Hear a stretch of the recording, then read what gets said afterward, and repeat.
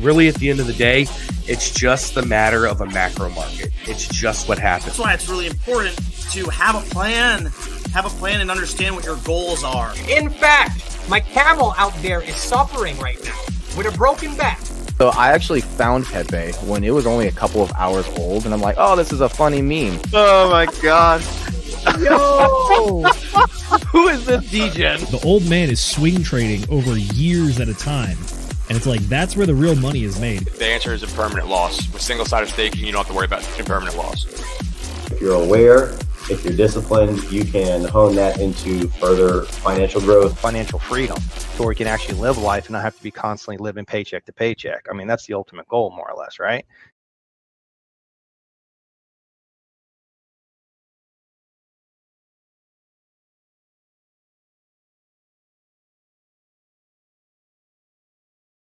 Good evening, ladies and gentlemen, and book readers of all ages, or if you prefer the non-eyeball version, the audiobook lovers, which I know a lot of us here might be that, because, you know, reading's a little bit slow sometimes.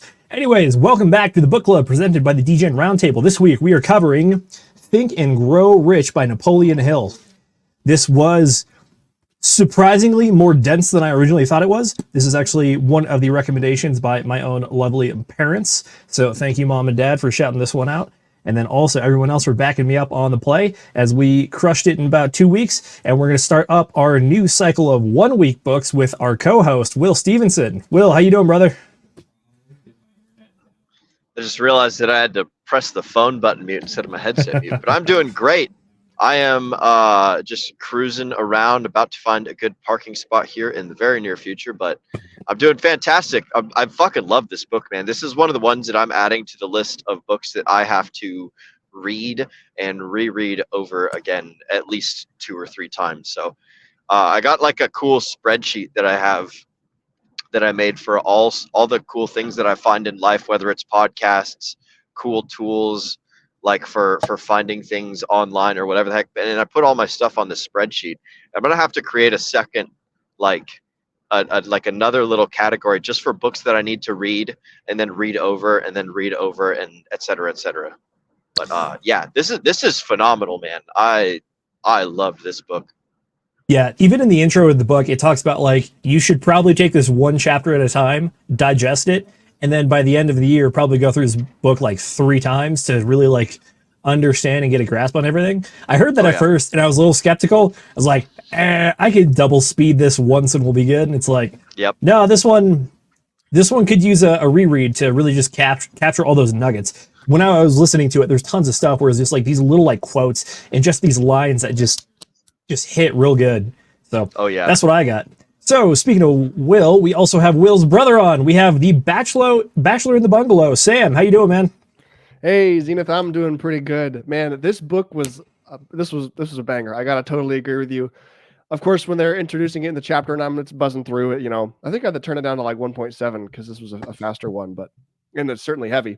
But they're talking about in the beginning how like, oh, you know, you should reread this one and you should take it 1 chapter at a time. It's like they all say that. There's gonna be nothing special. And they start getting into it and I'm like, oh my God, I gotta go back. Oh, I gotta reread this one. Oh my, I gotta take this note. Oh my, I gotta stop driving and pull over and like take notes. And man, so it's like that happened so much that I just excuse me, I just kept going and I said, screw it, I'm gonna reread this, come back, and like there's so much actionable stuff in there that's like they just break it down, they keep it simple, and they make it real, which is one of the things I love the most, is that there's so many like actionable things. And I agree with a lot of the concepts in there, the positive spells, all of it. So man, I loved it. It was a great recommendation. Glad you enjoyed it. We have another member of the usual book club gang. We got Mr. Nate McGettit. How you doing? Hey, I'm doing well. Yeah, I was reading on 1.5 or reading listening on 1.5. That's kind of, yeah, it's one of my favorite spots. I like to I like to try and slow it down a little bit and be like, try and really intake things. This book, it got a little bit interesting for me because there was a lot of, it was bordering on the woo-woo type of fun cosmic stuff. However, though, you know, it kind of has a little bit of a point, and you can break it down. But at the same time, there is a lot of energy that does go into going to if you are thinking about something, right? That was and honestly that and like not knowing. You good, brother? what? I'm hearing it too. Wait, who is that? Yeah, I hear something. Is there someone talking in the background, Zenith? There might be. I might have to change back to my other mic. Sorry. Uh-oh. Nah, it's all good, bro. Uh-oh. Yeah, I share this space You were with saying, one of my Nate? buddies. That's a good ass mic, bro. Picks up all the stuff. But anyways, Nate, you were saying that you're the woo woo magic stuff. Woo magical stuff. Yeah. See that I've been reading about with books saying that type of thing of like think it and it'll become, right? You know, think rich and then you will become rich. There's a lot of books that I've read since I was in my early 20s that have said things like that. And I'm like, okay, I'm gonna do it. You know, I'm gonna write out exactly what I want, exact goals. Never really worked with me. However, I know my mindset's a little bit different, like how I work, right? And so yeah, there's listening to this, I was like, oh great, it's gonna be another one of these. However, there's so much like packed in with different examples of different people doing like how they've done it. And there's actually one part that came through and I was like, wow, maybe see that right there, that's the answer why this never really works. So yeah, there's a lot of stuff in this book. I'm gonna have to go through it again because it was quite a bit, not gonna lie. You're not wrong. I was not expecting it to get into like the full on like psychology and like meta psychology analysis stuff, but if you're ready for it and you can take it in the correct light and understand what it's trying to say and not take it like super literally, but understand the concepts and why it's talking about what it's talking about, you can get some good value out of those sections. By the way, I apologize if we're having to do a mic check live, but let me know if my audio is too high, too low, and we can adjust it in real time for the gang. Speaking of which, we have our final member of the panel, Mrs. Producer, aka Mrs. McGettit. How are we doing this evening? Hello. I'm doing great. And you sound good, by the way. I actually like that mic a lot better than the new one. Excellent. Yeah, sorry, I was testing out the new mic I got. I got one of the Rode Wireless Go mic. It's like a 2-pair that you can plug into either USB or Bluetooth. So this is supposed to be the mobile media kit. They wanted to test drive it here, but it sounds like it might be too good, as Will said. Yeah, it's picking up that guy, whoever that was. Hello, guy. How are you? Yeah. Alrighty, so before I do the summary and go through the quick synopsis of the chapters, I want to throw it to the panel. Out of the chapters, which one was your favorite? We're going to go in reverse order, actually. So I'm going to start with Mrs. Producer. What was your favorite chapter of the book?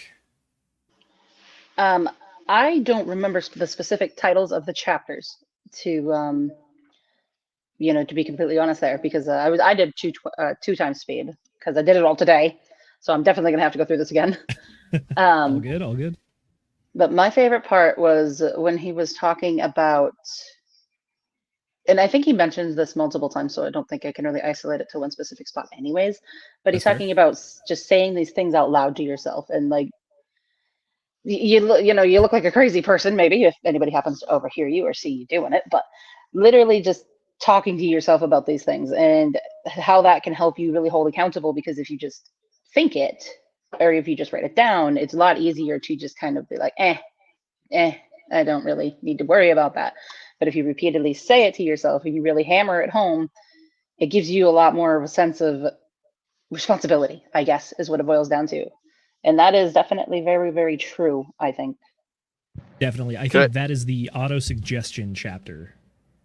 I'd like to hop in here a little bit, and I don't want to give away too much of the sauce. And Sam, stop me if at any point like we're crossing the line here.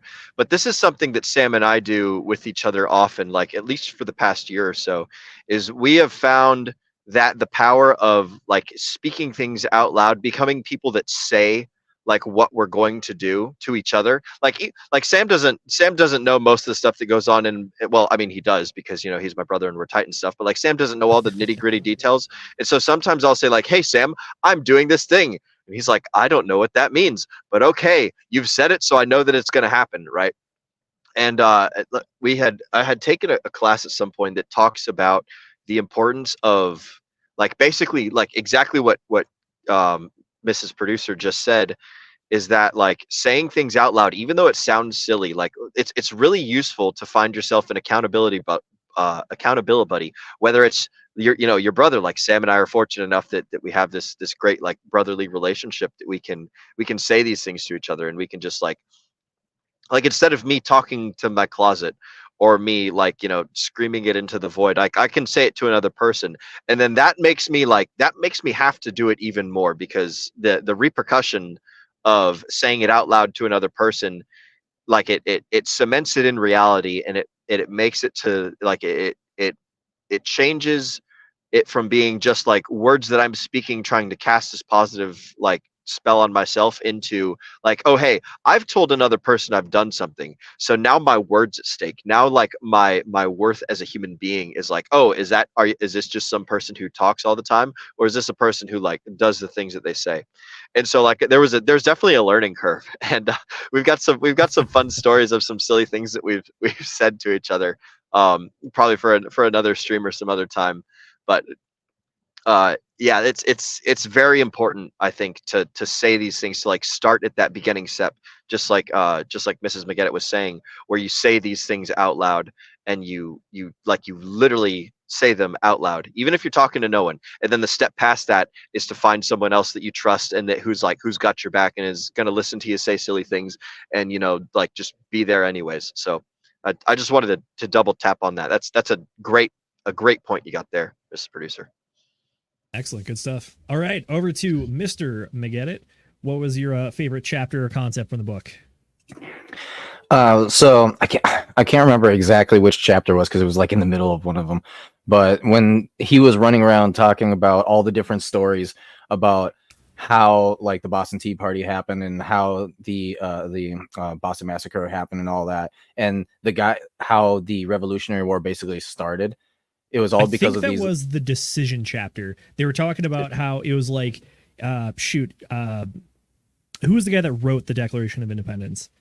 No, sorry, not the guy that wrote it. It was a bunch of them. Jefferson was part of the drafting, but it was John Hancock, and I also want to say it was Jefferson.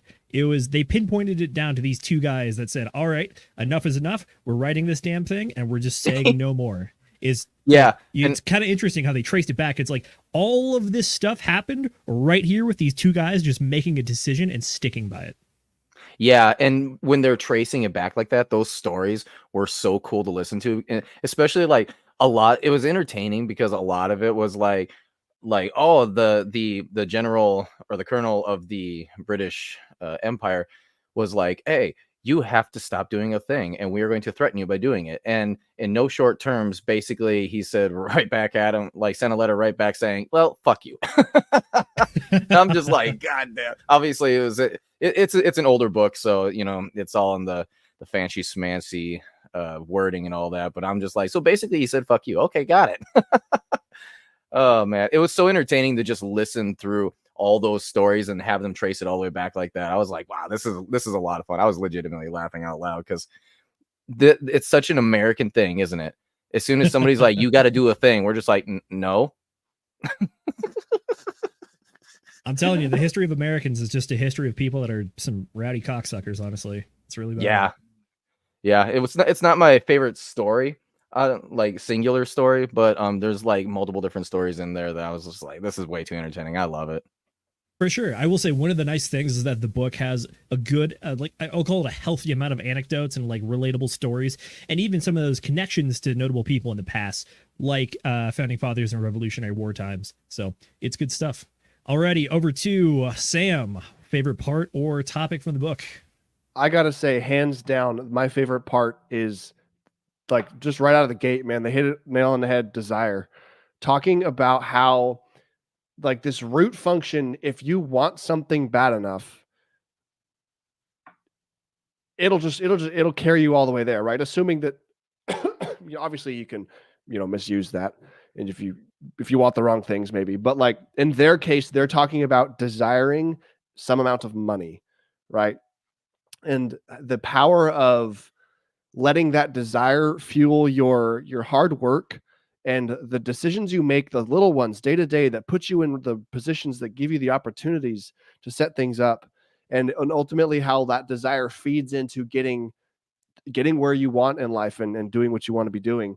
I have to say that's a very relatable thing to my recent life, being able to change my logistics and things like that. So I really like that part of it. And I also have to say that I would say that the power of desire on that level expands to many other categories aside from just the money, right? If there's somebody who desires something on such a base, like deep level, it's going to direct a whole lot of their actions in life. I would say that works for relationships. I would say that works for money. I would say that works for like the goals you want to accomplish, the work you want to be doing. Like I could say you could scale that out of the book and say, you know what, apply this desire rule to like all of these categories, and you're going to get there, right? If you apply it right. So that was my favorite. Absolutely. One of the interesting things about the desire section, especially when they're talking about growing rich, is they're saying if you want money, make sure it is a specific finite amount. Write down the exact number and write down the exact time you want to have it by, and then work everything backwards from there. So one of those things where it's like, if you don't make it concrete, you're never going to like figure out how to like tangibly get to that physical number, as opposed to set the exact thing you want, and that's where you're going. See, I actually got something else on that, kind of like a little pushback on that one. Okay, go for it. Because I've been, like I said, I've been reading books that kind of say more or less this type of thing since my 20s. And so then I would do that. And, you know, I'd write it down, whatever, every single day I'm walking by, my goals, things like that. And what on my side of things, that just as soon as like a venture failed or an investment that I made failed, that would lead to just more and more disappointment. And so it always like spiraled downwards for me. So I actually got the opposite effect. Interesting. Tell you what, Sam, final word on the desire chapter here. All yours. Yeah, well, I wanted to add just one more thing, and that's a quick shout out to one of the people on the panel here, the co-host today. Well, I guess he's technically not on the panel. He's a co-host. It is a celebration of his entering into this world. And just a little quick shout out. We're not going to try to sing happy birthday on live, but you can sing it at home, guys, because it's his birthday today. His name is Will. Beautiful. All right, time to start singing happy birthday to you. Happy birthday to you. What, nobody joining in? Did it happen to be our excellent author that we had come on the stream, Christine Stevenson? Did I get that right? Yes. That's excellent. That's our mother in the chat. Thank you, mother. My laptop is dying. I just broke my charger port, so I won't be able to check the chats anymore. But I would like to give all of you in the chats a warm thank you, and thank you, Sam, and thank you, Mom, big shout out to my mother, who's the one who did all the work at my actual birth. So like I just chilled out. I just hopped on out. So big shout out. Happy birthday, Will. Thanks, Happy guys. birthday, Appreciate it. I'm 14 years old today, so I've made it. Okay, now you're Beautiful. just. Alrighty, tell you what, Mr. Will Stevenson, birthday boy, do you have a favorite chapter or anything that you did not already cover? Yeah, so all of your guys' points were excellent, and so I got to close my laptop now because it is essentially dead and totally useless. I was looking at the synopsis of the chapters so that way I could try and list it off perfectly, and I think it's chapter 4 where they talk about specialization. And the thing that I kind of want to touch up on here, because like you guys kind of stole my points away from me, so I'm going with my backup one, and that's that. I mean, no, they're really great points. So shout out to you guys for getting to them first and making me think. Stealing from the birthday boy. Yeah, exactly. Hey, I it keeps me on my toes. So that's the best gift, is to challenge me. I appreciate it. But the thing that I liked, the second best thing that I liked about this book was the part where they talk about people and their prospective future employment relationship with their employers, and how employees would be more working alongside their bosses rather than working directly like for their bosses. And so that like it introduces like a new level of sovereignty in the understanding of like how the world is going. And I think that that's something that a lot of people need to if they were to take any advice from me, I think that a lot of people would do very well to consider themselves as like at the same level as everyone else, not better than, not worse than. You're not subservient to your boss. You're not subservient to your employer. You guys are there trying to accomplish a mission together to serve the customer, right? And so I really like that chapter of the book where he talks about, like, this is the new paradigm of employment. It's no longer going to be like, stuck up hoity-toity bankers like looking down on the customer. There's no longer like bosses in power positions like exploiting the workers. It's like, nah, people have to work together, otherwise the whole system collapses. And then he talks about, like, that's why, like, the Great Depression was such a big, like, problem, and everything is just all of that stuff all encompassing. So, but the thing that struck out to me most was, like, hey, like, as an employee, you need to realize that you're valuable, and you have a say in, like, who you work for. You have a say in what, like, bullshit you tolerate from your employer and what you don't, and same thing vice versa. As an employer, you have an equal amount of power or leverage as the employee, right? Like, you need to set boundaries and you need to enforce them, just like the employee needs to set boundaries and enforce them. I think that oftentimes, people just get stuck in, they're like, oh man, I'm just the victim circumstances, and, like, I can't control anything, and my job is terrible, and my boss sucks. And it's like, well, you're tolerating it and you're staying there. You can leave, you can go and do your own thing. So, like, it's up to people to enforce their own boundaries. And, like, that was the second biggest point that I got out of the book, other than the stuff you guys already talked about. So that's what I got. Good stuff. I'm pretty sure it was in the standard version that I read, but it was technically at the very end of the book. But one of the sections that I really liked was where the guy talks about the 7 basic fears that humans have, and how those are the things that are going to keep yourself from self-actualization.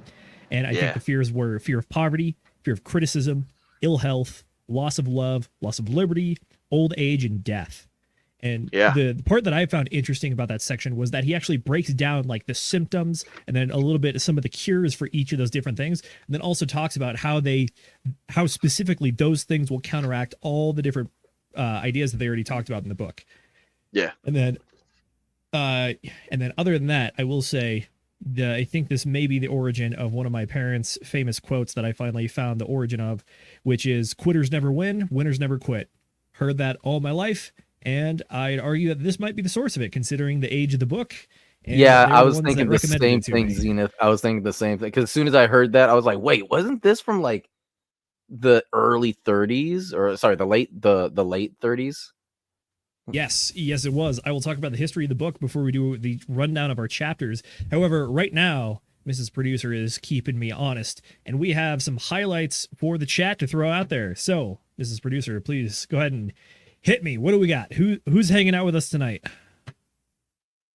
We got Hexpedition throwing us a thumbs up. Excellent.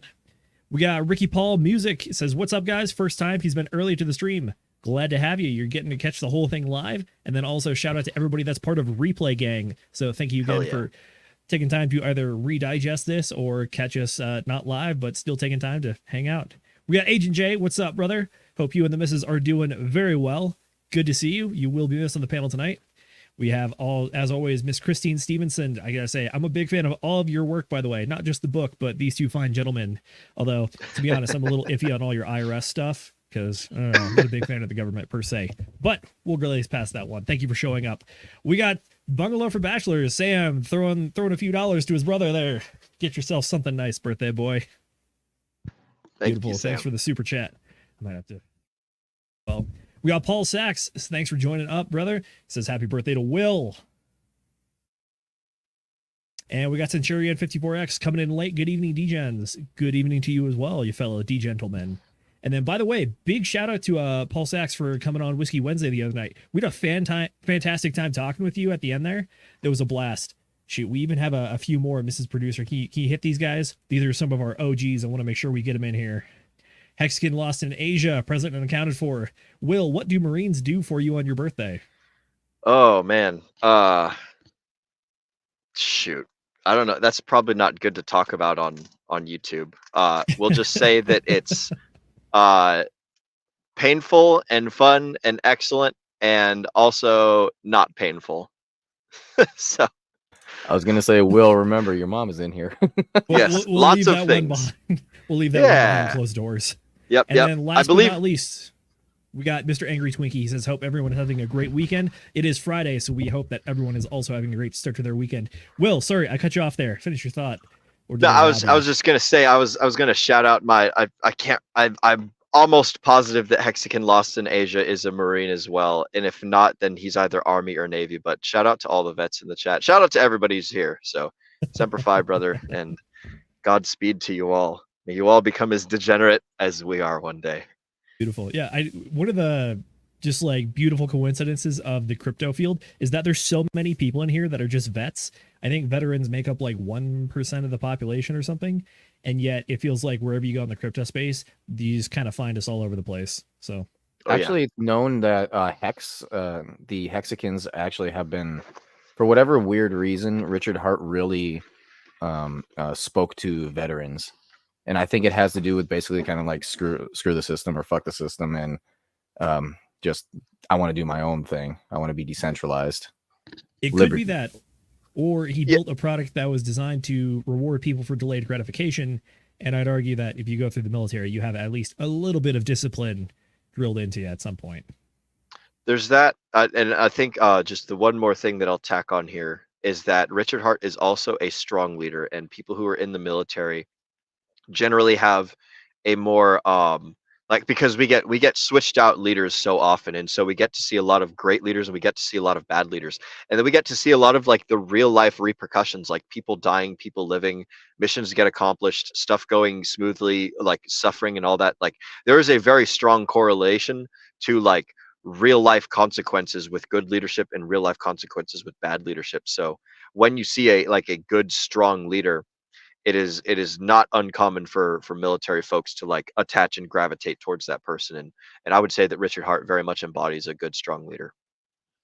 I would agree, although there's a bit of an irony now, which is that as the leader, he is trying to detach himself as much as possible and really promote the decentralization of decentralized finance. But at the same time, though, I think it is a strong leader. And another quote from my parents is everything rises and falls on leadership, and you definitely see it in the military, like Will said. So we got contracts. We don't break contracts. All points you guys discuss are valid. Vets understand RH different. There you go. Well said. All right. Lastly, Paul Sachs. RH spoke like a drill sergeant to chat, short and harsh truths. Yeah. Yeah, that's possible. Yeah, I could see that. Yeah. Definitely not the tone, but the words. Yeah, absolutely.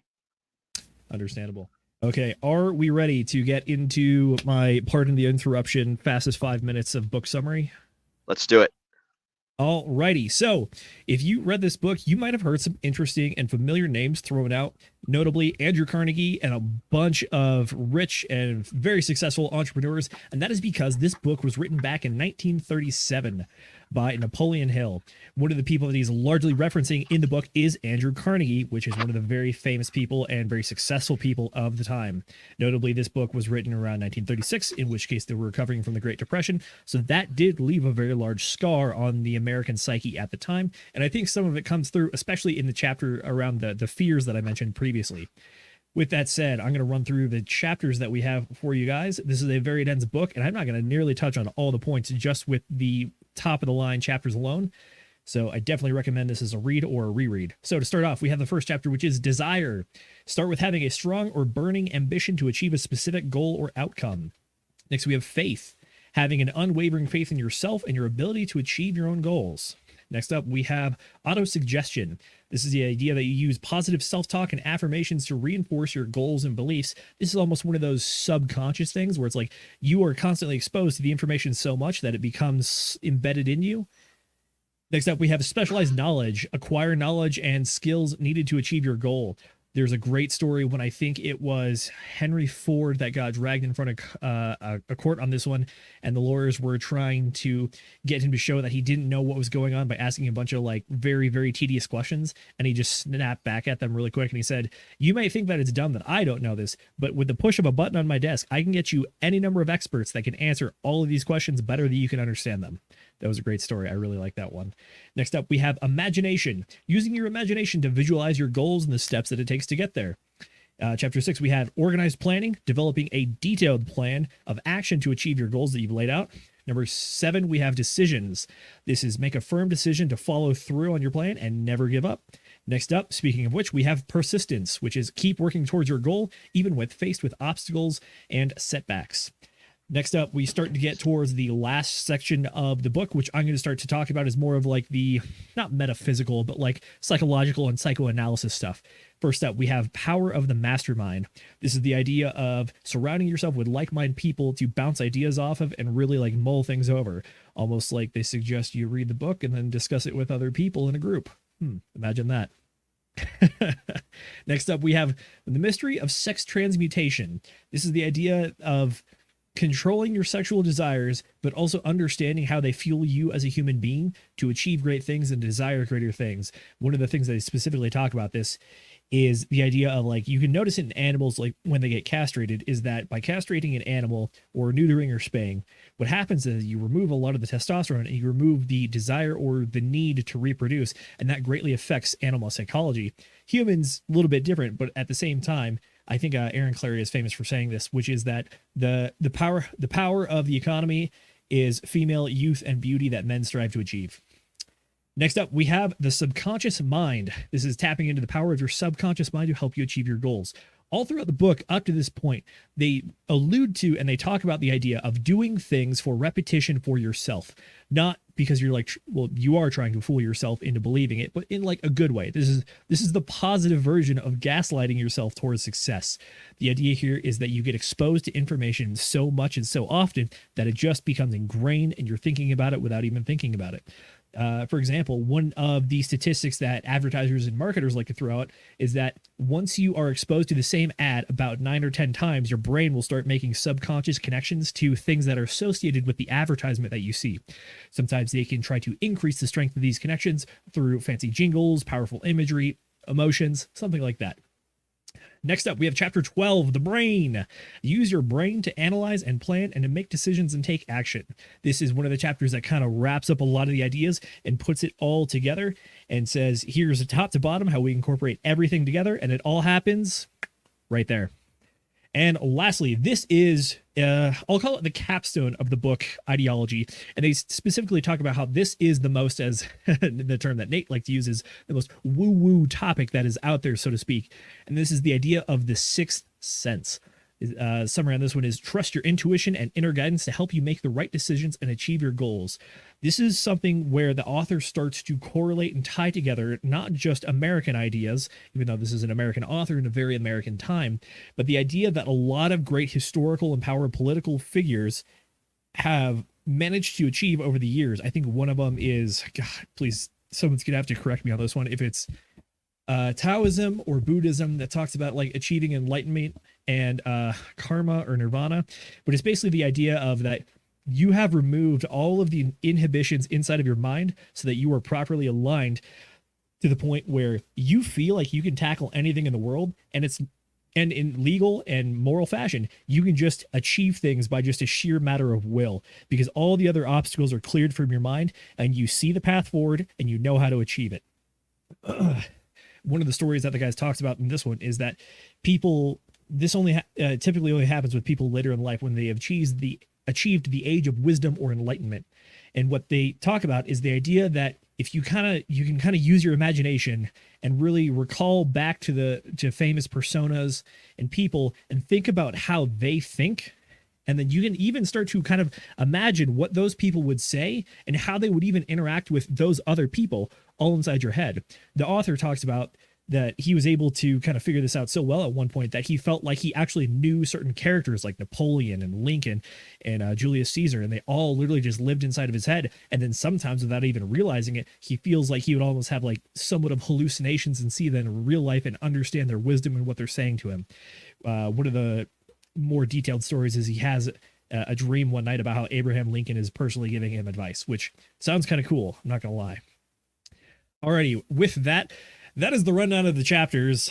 I'm going to take a quick drink. What do you guys think? How'd you feel the book was broken down? I like to think of it as like there's kind of 3 sections. The first one is the setup. It's talking about very base level, like psychological things that make a lot of sense and are very apparent. And then we move towards actual like decision making, goal making, building a plan. And then after that, we get into the psychoanalyst chapter. What do you guys think? Well, I think that what I'm going to start doing is visualizing, having a conversation with you every single night. I would recommend maybe having a conversation with someone else every night, but I appreciate that much, my friend. I did enjoy the like on a more serious note. I did enjoy the I don't know. I don't want to call it woo-woo magic part. Casting spells. That's the word that I want to use. It's casting positive spells, reframing your mindset. You know, you were talking about the what was it? It's like self-gaslighting, but in like a positive spin. Like I think that that's really, really helpful, and a lot of people would benefit from doing that sort of thing specifically. Your question was though, like, what do we think about like the structure of the whole book? Was that what you were asking? Yeah, I like to. That's how I kind of organize this in my mind, which is we have things like desire, faith, autosuggestion as kind of like that basis of like get your mindset right in order to get the rest of everything going in the right direction. Because you can do all the other stuff, but if you don't have the mindset right, you might not stick with it, or you might not understand how to achieve the things you've put out for yourself. Yeah, and that was something. So he talked about that part like the whole book. I remember very specifically in like the latter half of the book, not the fear part, but the fears portion, but like maybe about an hour or 45 minutes to the end of the book, he talked about like the only real thing that you have complete and total control over is your mind, like the things that you choose to think about. You can choose to think about this, you can choose to think about that, you can choose to think about monkeys, or you can think about oranges, or you can think about Hex orange address, or or you can think about all sorts of stuff, right? Like there's like but at the end of the day, if you don't figure out how to control your mind, then you're just going to be like bumbling through space and time for the majority of your existence. So I thought that was really cool, and that he stuck to that topic for the entirety of the book, and that's a great point for people to focus on. That's good. Sam, what are your thoughts? Yeah, Sam, what you got? I was thinking a lot about like the spell casting as I was going through this book, and one of the things that I didn't think a lot about before was the importance, according to the book, of mixing in the emotions with the spell casting. And you know what? Obviously, you know, it's the book's theory. Who knows if it works or it doesn't? But it makes sense to me that if I'm going to say I'm going to accomplish a goal, and I'm really trying to train my brain, which is this, you know, physical thing in my head, I ought to try to use some of the processes that my body, you know, has, which include my chemical reactions and my hormonal like balances and all the things that like I can maybe produce by, if I can get to the point of putting myself in an emotional state when I'm saying a particular thing, then I might have a larger impact on making an impression on the processes in my body. It's kind of just like taking a big old sniff of the boom boom stick, right? It's like the more impressionable I want to make something, the more I should impact all of the things that like the sensory experience I'm having. You know, it's kind of funny. It's like basically what you're saying there is like, ooh, whatever it is, right? Like, yeah, it kind of seems it kind of seems a bit funky to me. And like when he's talking about these things, I'm just like, oh my God, just stop. I don't care. And I'm not gonna gaslight myself. I can't convince myself of something. You know, I've been doing this for 10 years and I'm just losing it all, right? But when he started talking about how like, well, okay, let's think about how the universe works, right? And I'm gonna kind of add in my own little bits here, but he was talking about how, you know, the universe is basically made up of 2 elements, right? You got matter and you got energy. So you've got strings, which are basically quantum realm materials of energy that ultimately come together, have their own wave flows, which then can come together. Those wave flows can come together, which ultimately are going to creates the same thing in the quantum realm except it becomes like more real. And that's really the only way I can put that, is more real, and ends up turning into atoms, right? Atoms, subatomic particles, which become atoms, and then atoms then become molecules, and then molecules gather together and becomes more, and it gets bigger and bigger and bigger. So you kind of see how that happens. So here's the thing though, right? The thing about strings is that based on wavelengths, they can change. And if that energy wavelength changes, well then, since that's the building block, since it's the very, very start of subatomic particles into atoms and all that, right?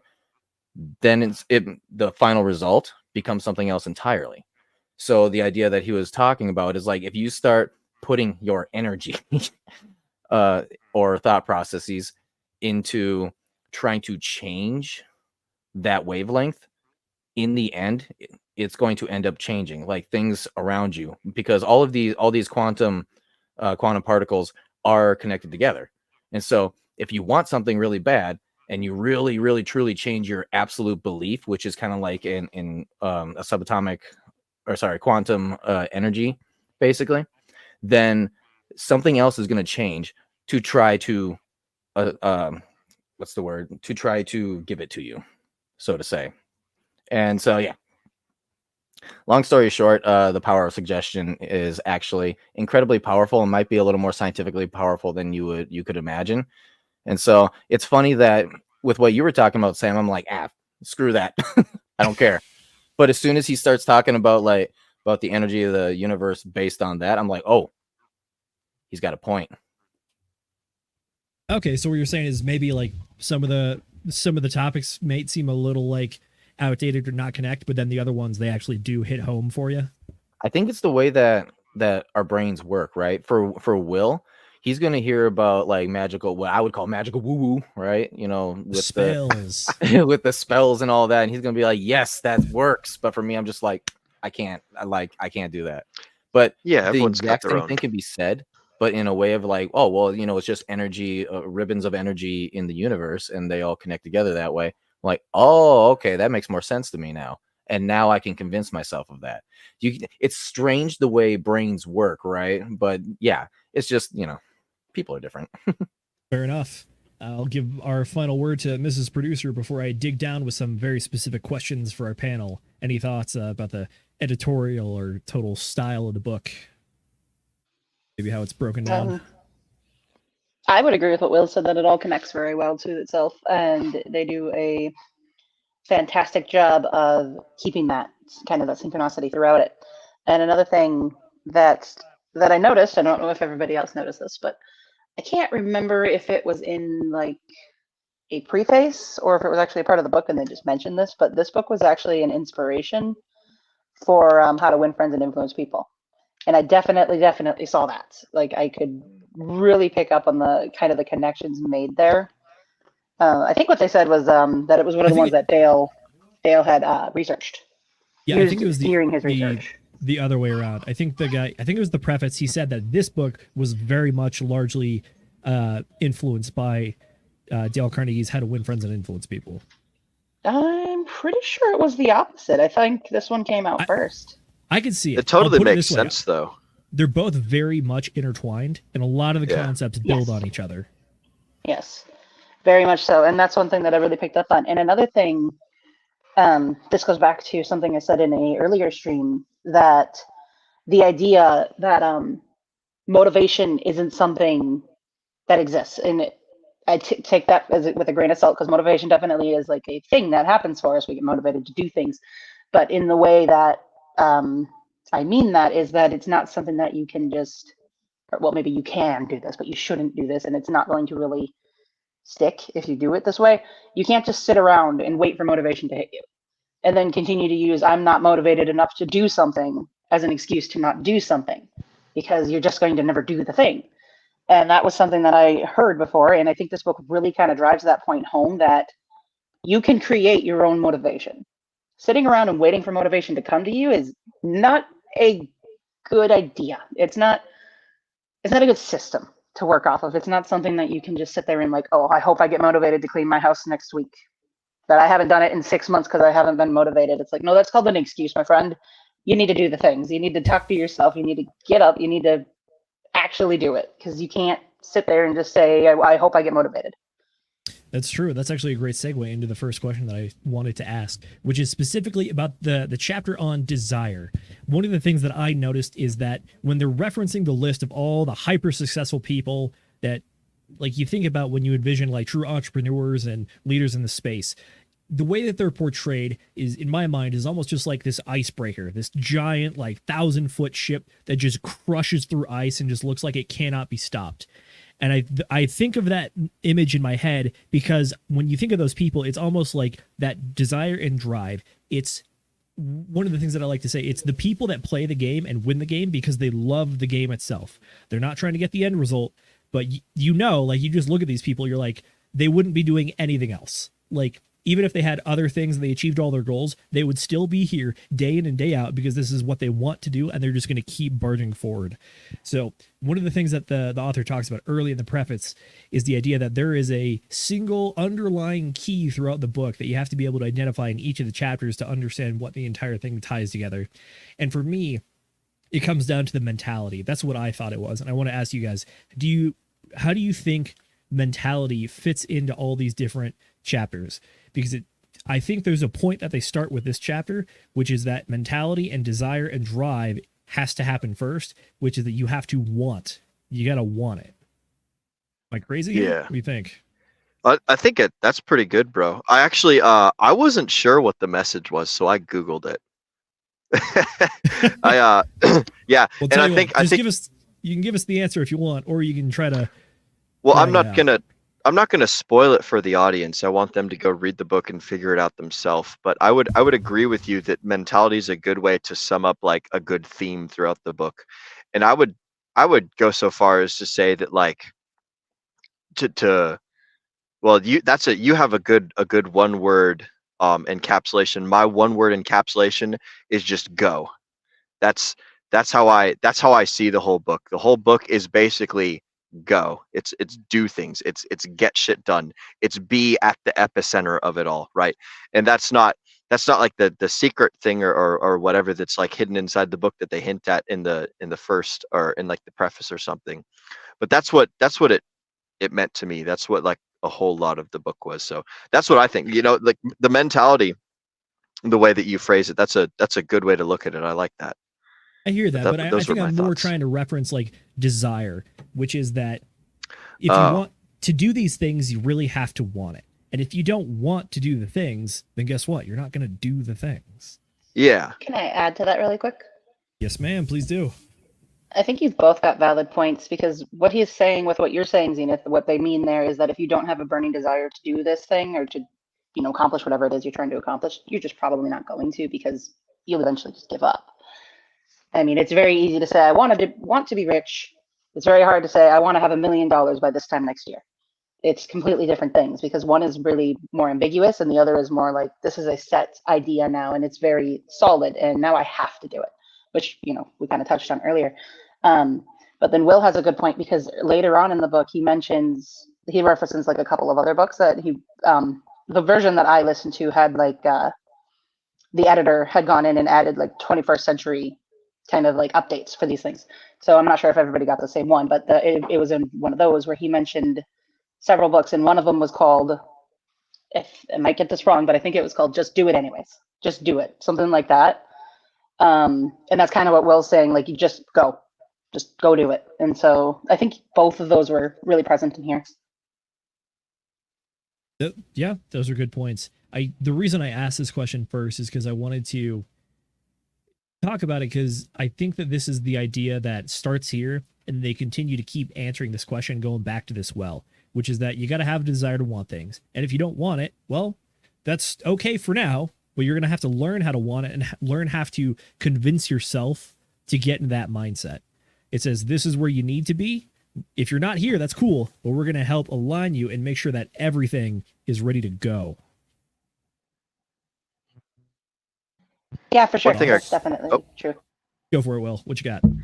I kind of want to tap onto that. It's there's like almost a momentum that you can generate by just like even if you don't want to start the thing, if you just do it anyways, knowing that you're gonna do others, like it's like think about the starting momentum that it takes to go to the gym in the morning, right? It's like, oh man, like it's cold out, I'm tired, I haven't had coffee yet, blah de da da, but you just go to the gym, you just go and you fucking do it. You get to the place, you like start busting out reps, and then all of a sudden it's like, hey, I'm at the gym, I'm working out, I'm getting after it, and then next thing you know, you've done like 4 or 5 sets most often. Like at least this is how it works for me, is like if I find myself like, man, like I really just don't want to do something or whatever, and if I just start it, then it's like, hey, I'm doing this, and eventually, like it's almost like you get this forward momentum where your brain kind of tricks yourself into being like, hey, you're already doing this thing, like you might as well do a damn good job, right? So that's kind of how I see like that's one of the little like mind trick momentum play sort of things where you can almost generate not necessarily false motivation, but you can make up for motivation by beginning and then convincing yourself to follow through with it, because that's the type of person that you are. And then like, eventually it's easier to maintain momentum than it is to just get like the heavy ball rolling. You know what I mean? Those are my little 2 cents there. That makes sense for sure. Sorry, really quick, very good point. I wanted to just add this in. One thing that this book kept making go through my head was the very, very famous quote. I'm assuming it's famous. I could be completely wrong. An object in motion tends to stay in motion, and an object at rest tends to stay at rest. Beautiful. I think that is Newton's second. That is a law. If I'm not mistaken. Oh, I'm going to be disowned by the engineers if I get this one wrong. Apologies. So it's the law of what, Newton's law? Is that what it's called then? Shoot, no, it's not second law. Second law of motion is force equals mass times acceleration. I believe that is. I don't think the specific details are of the utmost importance, but we do know that Newton did. So for the folks at home, you guys can look it up if you wanna be exact on it. But we got the general gist of it down. So excellent job. Perfect. All right, I want to throw it over to Nate and Sam. I think we beat this one pretty good, and I'm ready to move on to the next question. But gentlemen, you both have a chance for your last word on it. You want to go first, Sam? Yes, actually, yes, I do. I wanted to bring up something that we were talking about earlier when you talk about Dale Carnegie and Andrew Carnegie, right? Some people don't think about very often is that they both have the same last name. I wonder why that could be. I assumed they were siblings. Is that like Stevenson or something? Like, is that where you're going with this? No, that's all. I'll put it this way. According to a quick Google search, it says, although they shared the same last name, Dale Carnegie and Andrew Carnegie were not related. Dale was born in 1888 in Missouri. He later changed his last name to... he's originally spelled it as like Carnegie instead of Carnegie, like Carnagay, and then changed it moving to New York. All right. Well, now I just go trade. Oh, they are different people. Wow, I thought they were family or something this whole time. See, me too.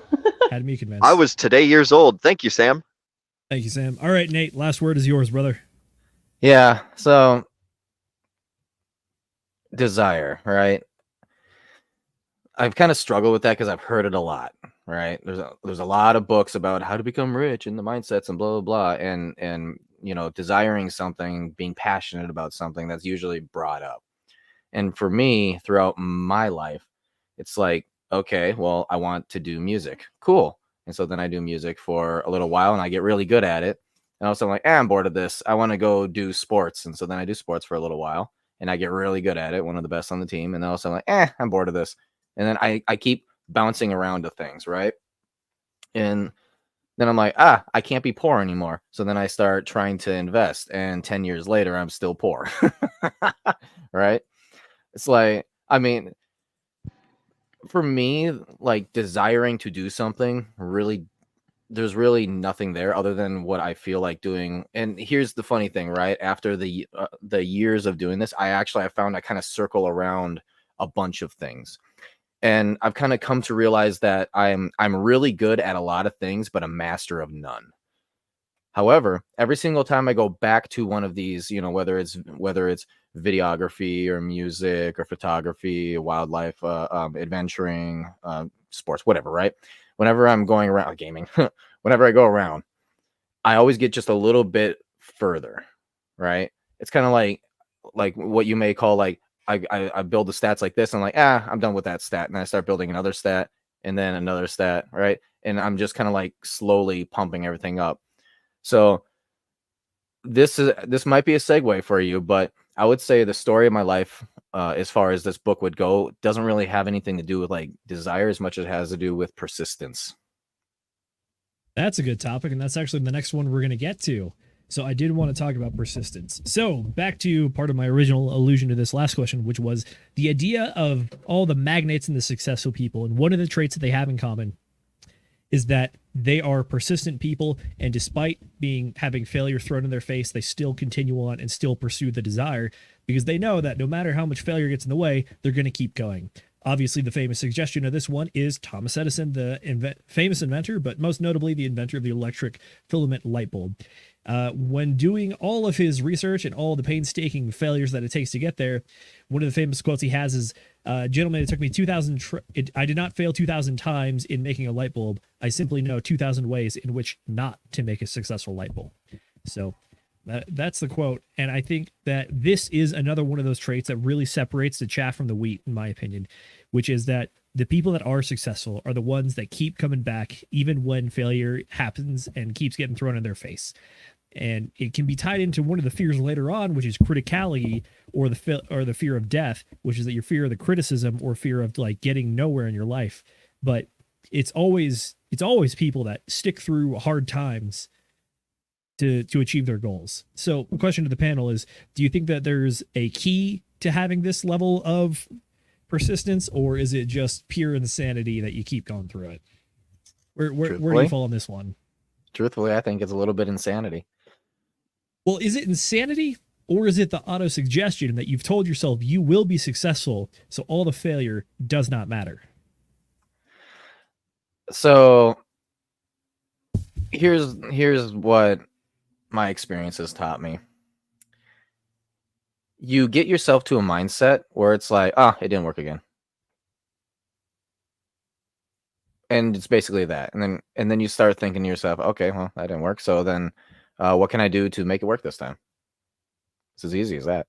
And I know it's a little anticlimactic, but it's kind of like a step-by-step, right? Hey, I got step 1 done.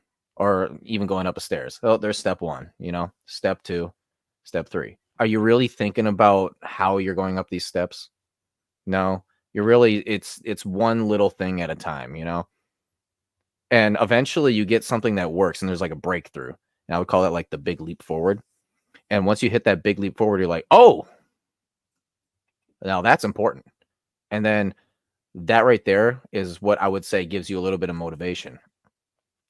But in between that is the persistence of, I almost want to say like no feelings, like dull feelings. It's like your feelings themselves are muted, right? There might be an ideology that deals with this. It's called something stoicism, which is that control your emotions, take failures as they come, and accept it for what it is. So is that what you're alluding to? Yeah, because that's basically been the story of my life at this point. I argue that's the story of a lot of people's lives. Alrighty, panel, someone else jump in here. Will, Sam, Mrs. Producer, what do you think about persistence? How do you do it other than just keep doing it? Sam, why don't you go ahead? Yes, thank you. So I think an important part that Nate touched on was that like you have to be looking for those little nuggets of all of the things I tried, this one part of it was the thing that I need to remember. This one part of it is the thing I need to carry over. Because like all the people who are successful entrepreneurs, the people who figured stuff out, like they didn't figure it out the first time.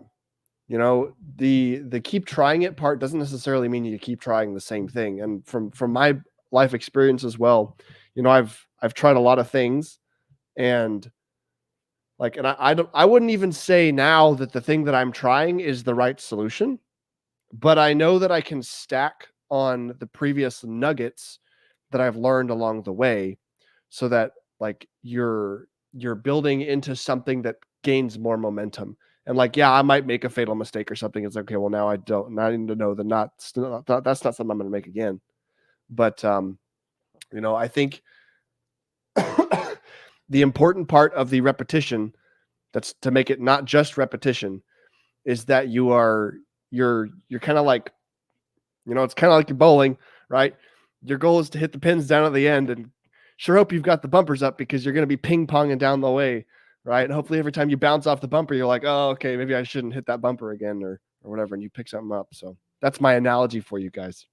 Fair. Correct me if I'm wrong, but it sounds like what you're saying is the difference between just failing and failing forward is making sure that you learn something from each of the individual failures. Correct. And you apply it forward. Fair enough. All right, Will, what do you think? Yeah, that's good. Like everything, you can extract value out of everything. Even the failures, like you're talking about. When you fail forward, you're still learning. So you're pulling. If you have the mindset and the ability to pull value out of that situation, then you're winning. Thomas Edison, he didn't fail 2,000 times. He learned 2,000 things that don't get him the goal that he achieves. Tony Robbins talks about this as well. That it's like it's important in his perspective to not to avoid thinking about the word failure and to instead think like, oh, that's interesting. That was an unexpected outcome. I want a different outcome. So what are the inputs that I have to change in order to get the output that I desire? Right. And to incorrectly quote Michael Sartain, insanity is just doing the same thing over and over again and expecting different results. Michael Sartain did not say that. That's actually one of his pet peeves, but I wanted to put his name and that statement in the same sentence together. The Albert Einstein.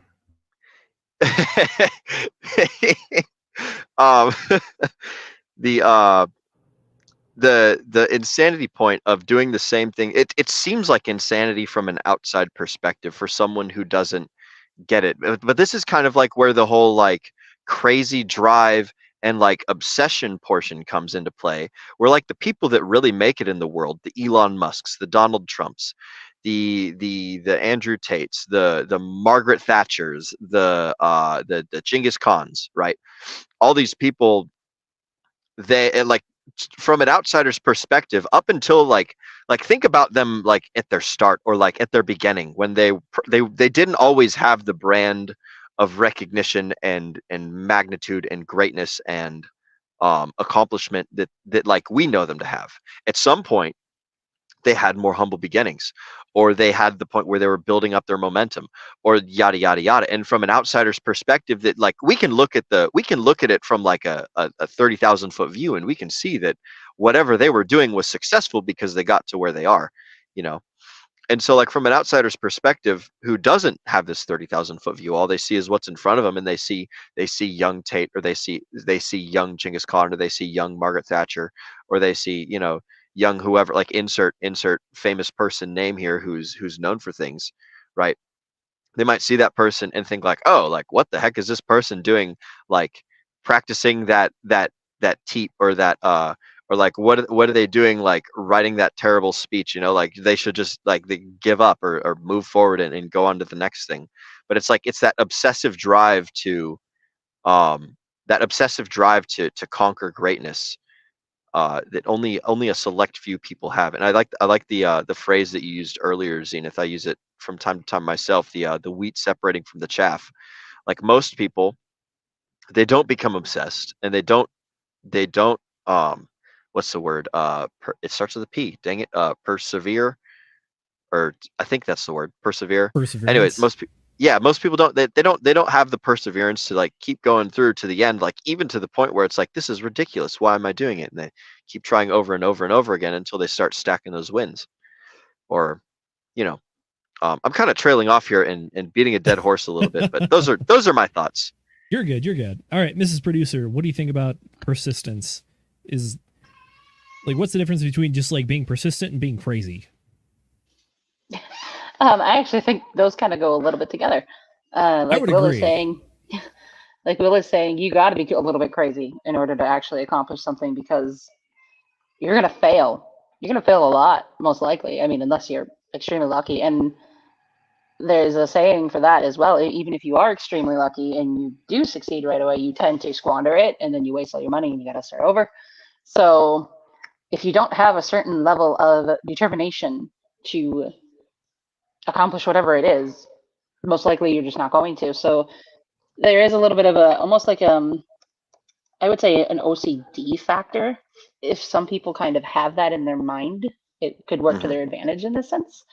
And one thing I want to bring up, and they may bring up, sorry, and they mentioned this in the book, and I mentioned this at some other point during one of our other book clubs, but Colonel Sanders, how he founded, technically KFC took him, he was 62 when he finally got it out there, but he'd been trying for 20 something years, and he had such a crazy strain of bad luck. But that's that perseverance. If you fail and you consider it, oh, I failed, I'm done, never going to do anything again, then that's it. And one thing that I kind of try to live by as much as I can is you lose all of the opportunities that you do not take. You lose all the games that you do not play. If you don't ever try, you never have a chance to succeed. So yeah, that's about what I've got to say on that one. That's fair. I think it's Michael Jordan is you miss 100% of the shots you don't take. Yeah. Yep, that sounds like it. Perfect. There was a super cool motivational speaker guy, and I can't remember his name for the life of me, but he said it's risky to do nothing. It's risky to jump off the ledge. It's risky to make that crazy investment. It's risky to hold all your money. Like, everything is crazy risk, but we get to choose the risks that we take. And the only risk that yields no results is the risk of doing nothing. I want to add to that really quick. Yeah. And this is a perfect quote for this moment. The number one cause of death is living. Yeah. Is that like saying the number one cause of divorce is marriage? Exactly. Isn't there a guy who's in the chats usually who literally says marriage causes divorce? That's literally his name. Oh, did I get that backwards? Oh, there might. I don't know if is he on our chats? That happens from time to time, but yeah, I know he's usually in like Rolo's chats. Marriage causes divorce. Oh, okay, that guy. Gotcha. That's a hilarious name. But yeah, that's the most. We're already alive. It's risky. Anyways, we're done. I'm done beating this dead horse. Go ahead, take us away, Zenith. I was gonna say real quick. Can we pull up Hexkin Lost in Asia's comment? He has a good one here. He says you should be risking more than you can afford, especially 60 days before the halving. Look. Oh boy. We're not going to tell anybody to do anything, especially something as risky as that. However, historically, if you look at the chart, now's not a bad time. I'm not going to lie. So, well, yeah, there's do some with that what you will. About that. One thing right. I wanted to point out is that, and this is a little more crypto related, right? So, like, if you look at the hexagons, right? How long have they been down? Right? Long time. So what do you now? We up. Yeah, we are up, not nearly as high as like just a year ago, though, right? So it's here's up. the thing. It's technically up. Yeah. Here's the thing. So if you're looking at it, right, it's almost like talking about like universal power, right? So with you being down so much, with us having such a good community and just a lot of money kind of flying around, and yet our charts are still so far down, it kind of seems to me like what's going to end up happening is there's going to be a sudden boost up, right? And then we're all going to be rewarded. And what is that? That's persistence of belief. We believe in the projects that we're currently in, the coins, right? And so we're going to get rewarded by the universe. There you go. I like it. All right, Mrs. Producer, we're actually going to take a quick break to go through some of the chats. I hope he's still here. I do want to give a special shout out to Moonpilled at some point. We got Crypto Chronic up first. He says, "What up, DGen fam?" Oh, and happy B-Day, Will. Cheers. Thank you, Chronic. I appreciate it. Chronic is one of the OGs. And then we also have another OG here, and one of the best cheerleaders in the whole space. That is Tam Tam. She says, "What's up, lovelies? Good to see you, Tam Aloha, Tam. Glad Tam you catch Tam. another one." And by the way, thanks for putting together that clip that you tweeted out. That was awesome. I really appreciate it. We got Alan coming in. He says, he talks about, this is a reference to the book recommendation he had right before this. He says he's recommending a math book. Highly recommended. It's nothing by Robert Kaplan. It's a complete history on the number of zero. By the way, the book he is referencing is One Fish, Two Fish, Red Fish, Blue Fish.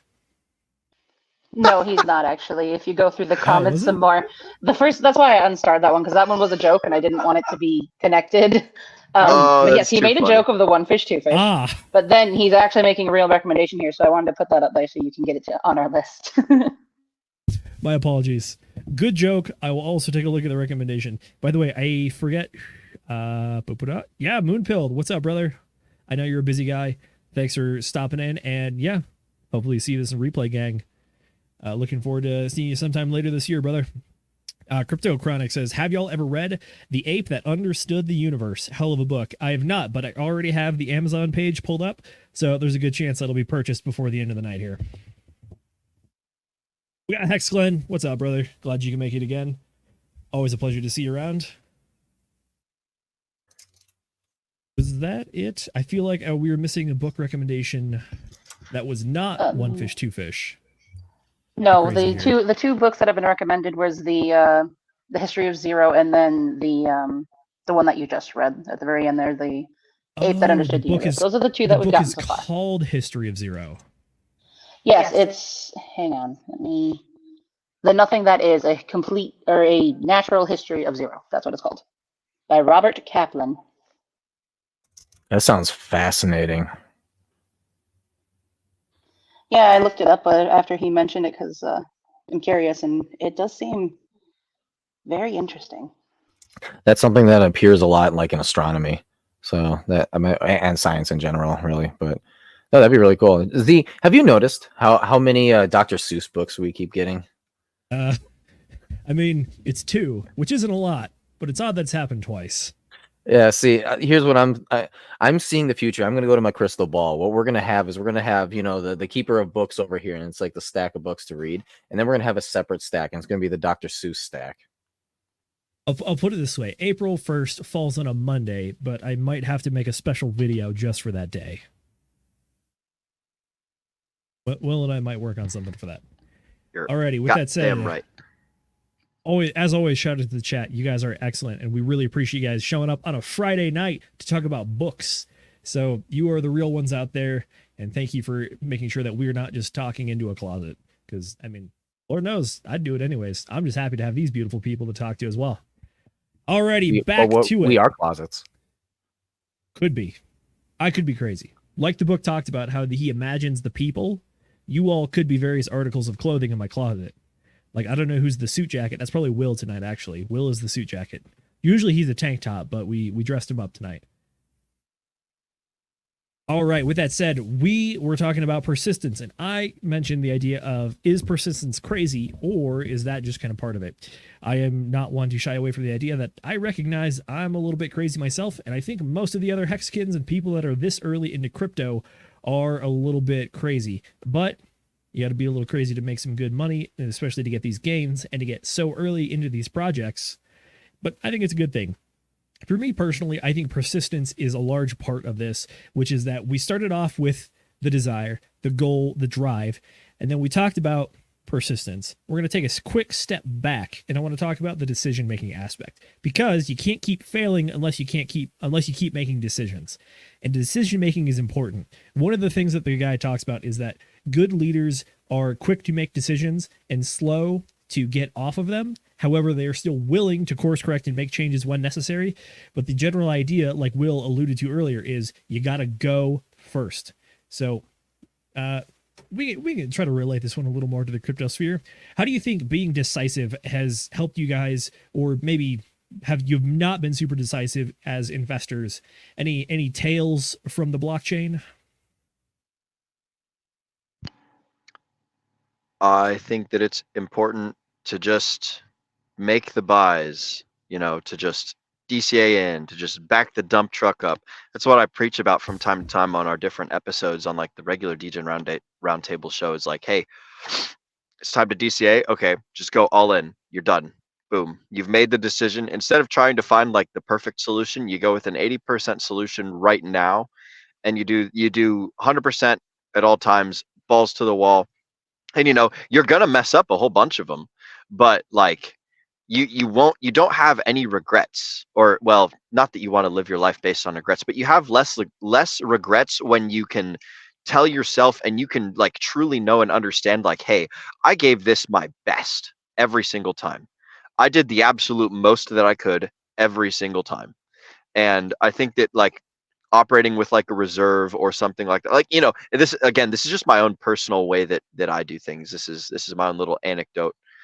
And everyone has a different way up the mountain, but that's the thing that I think is useful in the crypto sphere, is you make a decision, you commit to it, you go balls to the wall, you realize where you go wrong, you course correct, and you just keep making decisions, because that's the most difficult thing for the majority of people in all walks of life, is just making that starting decision and getting that forward momentum going.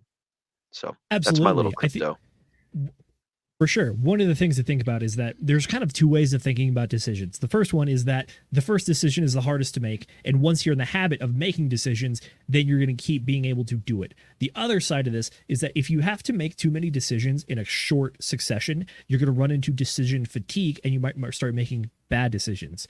From sort of the meta-analysis of what dollar cost averaging is it specifically making the decision way ahead of time to build the plan, where normally you might have to be like watching charts or a market. This is not even just for crypto, but just like general stock investing or saving. Like, when is the right time to try to take a little bit extra out of the paycheck to help refill the emergency coffers? It's the idea of you can make a decision early to help make other decisions later a little bit easier. We're not saying that they're going to be the best decisions as per like market timing, like Will alluded to, but it's the idea that the consistency in the decision making is going to help you.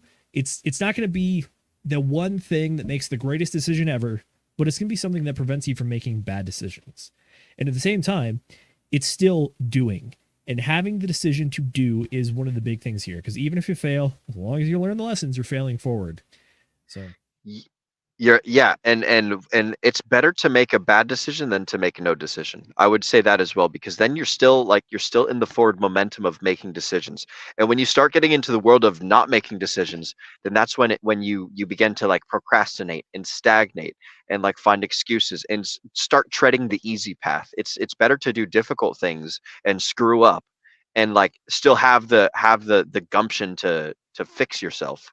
That's much more optimal than to be like, no, I'm gonna wait, I'm gonna be passive, I'm gonna procrastinate up until later, like, because procrastinating is the opposite of decision making, right?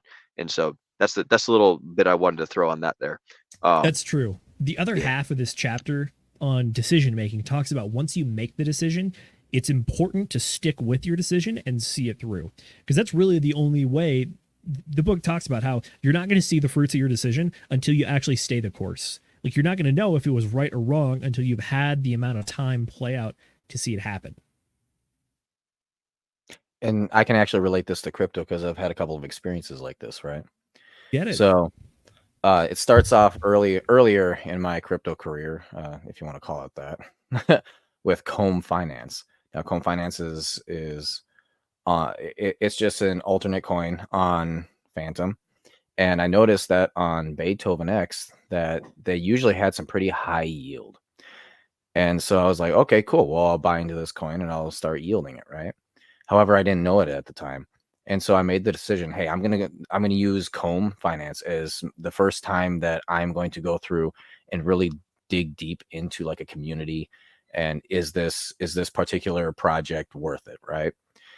Well, what I ended up finding out is that all my questions that I was asking about, which are, relatively basic safety questions, basically the devs came to me and were like, just don't talk about that. Just don't talk about that. And I was like, So then there is another decision. Do I want to keep this high yielding thing of mine, or do I want to just completely get out of it entirely? And that decision was made almost instantly for me. because I was like, yeah, no, this is not good, and I'm just gonna get out of that. I don't care if I can make money with it. I'm not gonna be part of it because there's other places I can go. The other one is going to be 9-inch. So 9-inch, I looked into that, and it's a great idea. But then some things started appearing upon launch, and my only caveat was like, I'm going to stick this through because maybe it's just mistakes and things. I'm going to stick it through unless the community issues start happening again, just like with Comb Finance. And I got banned.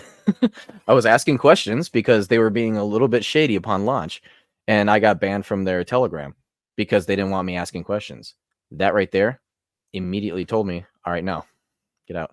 Now I do hold, just to say, I do hold a little bit of 9-inch because I do believe that the coin itself will launch up. But then again, we're in the bottom of a bear, or we are ramping up into a bull. My bad. We are ramping up into a bull, so it's going to pump anyways, and it is the place for meme coins to go and yield. That alone is going to make it high yield. However, I've labeled it no longer something that really to look at is important, but just like a kind of throwaway scratcher bet, and I'm going to sell immediately. So again, those decisions, because the one thing that was going to change my mind was the community, specifically the leaders of the community, acting shady. That was the only thing, and bam, got hit immediately. So nope, sorry. Fair enough. All right, other beautiful panelists. Do we have any thoughts on decision making before I want to cover specialized knowledge, and I want to cover the idea of the brain trust. Any final thoughts on decision making? Excellent. I'm getting all thumbs up and silence. So with that being said, I want to talk about specialized knowledge. So this is the chapter of the book where, as I mentioned earlier, I think it's Henry Ford. He gets called into a lawsuit where whoever is suing him is trying to show that he doesn't have like knowledge necessary for whatever they're claiming. They say he's like making bad business decisions, and they want to try to either remove him or force him to change certain things. And he hits the lawyer back when he's trying to ask him basically just a bunch of like random trivia. He says, I might not know this knowledge, but I have the ability to find all the people who do know this knowledge and know it the best. This is where this chapter talks about the idea of generalized knowledge versus specialized knowledge. So the generalized knowledge is things that everyone kind of learns and knows along the way, but specialized knowledge is the knowledge that is going to help you be able to get into those money-making businesses or decisions or moves. And they specifically talk about in this chapter, which is that a lot of people get their start in business, not by like building a product or building an actual like widget to sell, but they start making money by offering services or like guidance and wisdom to other people that are seeking it out. So my question for you guys is, what do you think I'll put it this way. So we're moving into the 21st age and we have Google. Like earlier in this podcast, I was able to Google things and find out that Dale Carnegie changed his last name, and that's how he has a new one now. And we thought I might have had a brother. We have the access to so much information. And I'd argue that a lot of it is generalized information. So moving into the new century, how can we as people find a way to gain specialized knowledge and do it in a useful or practical way? You know, they say that the greatest leaders on the planet are good at just about everything, but are not masters of specialization.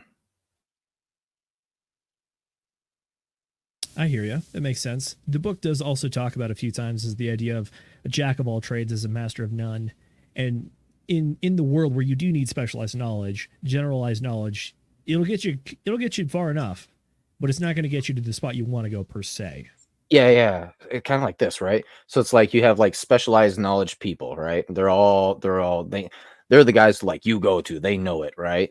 But that's the only thing they know. And you got a whole bunch of them. And then you get like a circle of them. And then you get this one guy who knows a bit, not a lot, but also not a little. You know, he knows enough, right, about everything. And so then he's that connecting point, right, where as soon as somebody comes to this guy saying, I need fill in the blank, he can be like, if I take this guy, and this guy, right, and I connect their knowledge, I can then bring it, output it to whoever the client was that needed such and such, right?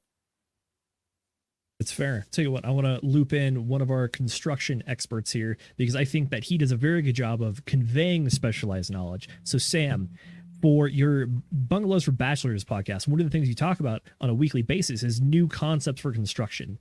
So, when you've been running this stuff, what have you found is like been working or not working for conveying specialized knowledge to people? Man, that's a great question. So I recently have to give credit to somebody for coining this word, not coining the word like making it up, but like crediting it to this concept of synthesizing information, right? So people go around, consultants do their job by going out into the world, learning a whole bunch about a particular thing, and they are able to condense that information to a very useful format and either teach it to somebody else so they can use it or directly implement it for them. So knowing that, like, man, there's a lot of stuff. I got one book right here, right? Oh, there goes the drink. Right, here's one of them. It's like an inch thick. And this is just a book with tables and charts on how to like put wood together in different ways. And there's like 4 more of those. So being that there's so many, like there's so much specialized information in doing what I'm doing, I would have to say like the biggest challenge is being able to communicate.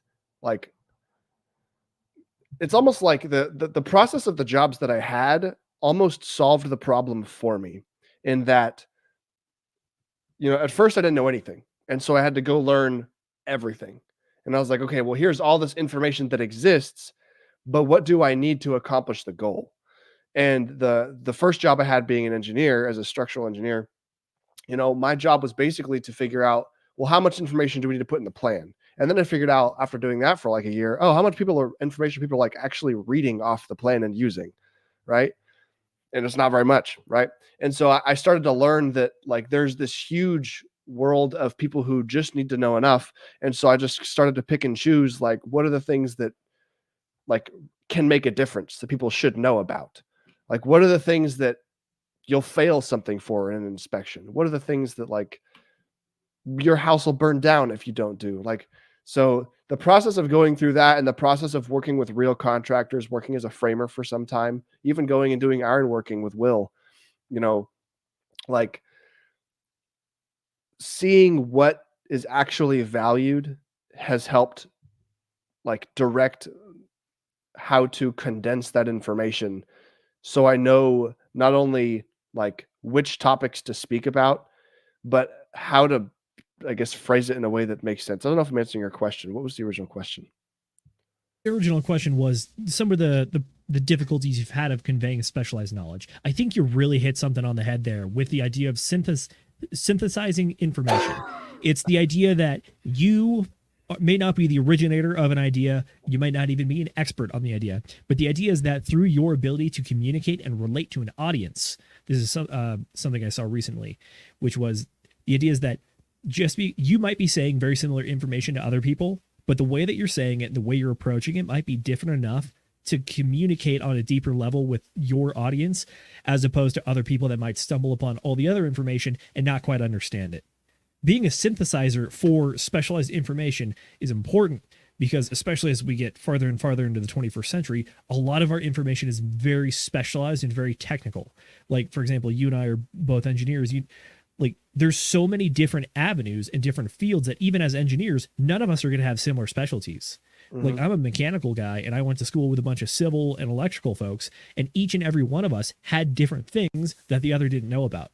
Like, for example, all the civil engineers, they had to take like soils class, which was the idea of you had to take an entire class to learn how to properly set a foundation on dirt and understand how it moves and adapts over time, and how like all the different minerals in the soil can either compress with water into like concrete, or they can start to wash out and you just get like wheat gravel underneath. And now all of a sudden your foundation is just going to like crack and split under the different loads.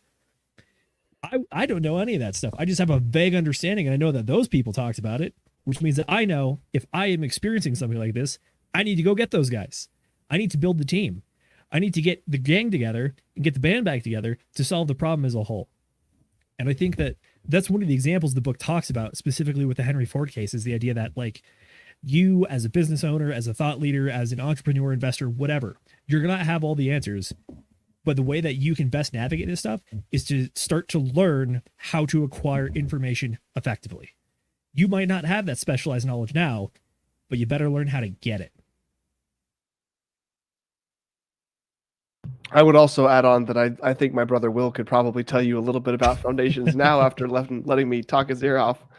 Oh my goodness. I learned so much. Like I don't know if you guys probably saw me doing the little wave thing, but Zenith, when you were talking about that, it harkened me back to like Sam teaching me that houses are all just essentially like the foundation is a boat and the sand is the water. And it's very slow moving water, but like, sand and dirt and everything, it shifts, like the ground freezes, then it thaws, and the water, the rain washes stuff away and things move underneath your foundations and everything. But yeah, that is that harkens me back. That's fair. I'm going to jump in here. Go for it, Mrs. Producer. What you got? I just had a quick kind of random question about that. Is that why old houses creak? Is that why they say the house is settling, stuff like that? I think there's multiple answers to that question. Sam, you can hit one of these, but I'll try to cover the more generalized one. Yeah. So yeah, houses. Oh, sorry. Yeah, houses move because the dirt moves. Rarely will you see a house that doesn't move unless it's on rock and the rock stop moving. That's when you might experience that. But the creaking is most likely from the sound itself is actually coming from the nails sliding in wood. When wood expands and contracts, basically the fitment of the nail inside the wood changes, and that sliding sound is the creak that everybody is familiar with. And creaks happen just because nails are smooth, and like if things start expanding and contracting and moving around and a nail slips past in and out of the wood, then it's going to creak. Okay, gotcha. I was just really curious because I've always heard that, but I don't know anything about anything when it comes to construction. So I was just kind of wondering, like, is that what they mean? Because that makes more sense now, It's the ghosts. Yes. Mrs. Magetta, I put up something in the private chat if you wouldn't mind pulling up the relevant comment from one of our audience members here. This is one of my who is Sandy Loam? Sam, who is Sandy Loam? Sandy Loam? Well, don't get me started. I think maybe Zenith could relate here. Sandy loam is one of the types of soil. I mean, who knows how? I'm not a soils engineer myself. Excuse me. But if you've ever seen the ways to describe dirt, you could have sandy loam, you could have loamy sand, you could have clay silt, you could have silty clay, you could have clay, dirty, silty, sandy, loamy clay, and you can just, who knows, right? So that's just a little joke there. Exactly. Yes. Funk Master That is Hex. excellent. True. All right, Good I'm going man. to go ahead and get us back on track by totally butchering a quote from the book. But one of the ideas was that if you cease to keep learning after you've completed your schooling, then you are doomed to basically just be mediocre intelligence the rest of your life. This is where I want to tie it into the idea of the brain trust, which is that the book talks about you need to keep learning all throughout your life. Just because you're done with school doesn't mean you're done learning. You got to keep acquiring knowledge and keep stacking that knowledge towards bigger and better things. One of the ways the book talks about doing this is setting up the brain trust, or effectively getting people that are similar minded, not exactly the same, but similar minded, but you're still all aligned with similar goals and vision. And that's the place to bounce ideas and to learn from each other. It's everybody brings their specialty, everyone tackles the same problem together, and you figure out collectively how to go and attack things. I mean, I'm not going to try to stroke our ego here, but I think that is one of the points. We do this unintentionally. It's the reason that we started DGen Roundtable, is that it's a bunch of like-minded folks that just naturally gravitated together. Everyone has different ideas to learn from, and we're all trying to go towards the same future, which is just building wealth in the cryptocurrency sphere as investors and trying to make the best use of our time doing so. It's funny that you bring that up because that was something that I wanted to say. Again, when reading this book, it made me think a lot about the DGen Roundtable because essentially what happened to form this group was just a bunch of guys who were really into this, community with crypto, and who kept talking and having these really great, deep conversations with just all this knowledge and all these, valuable things.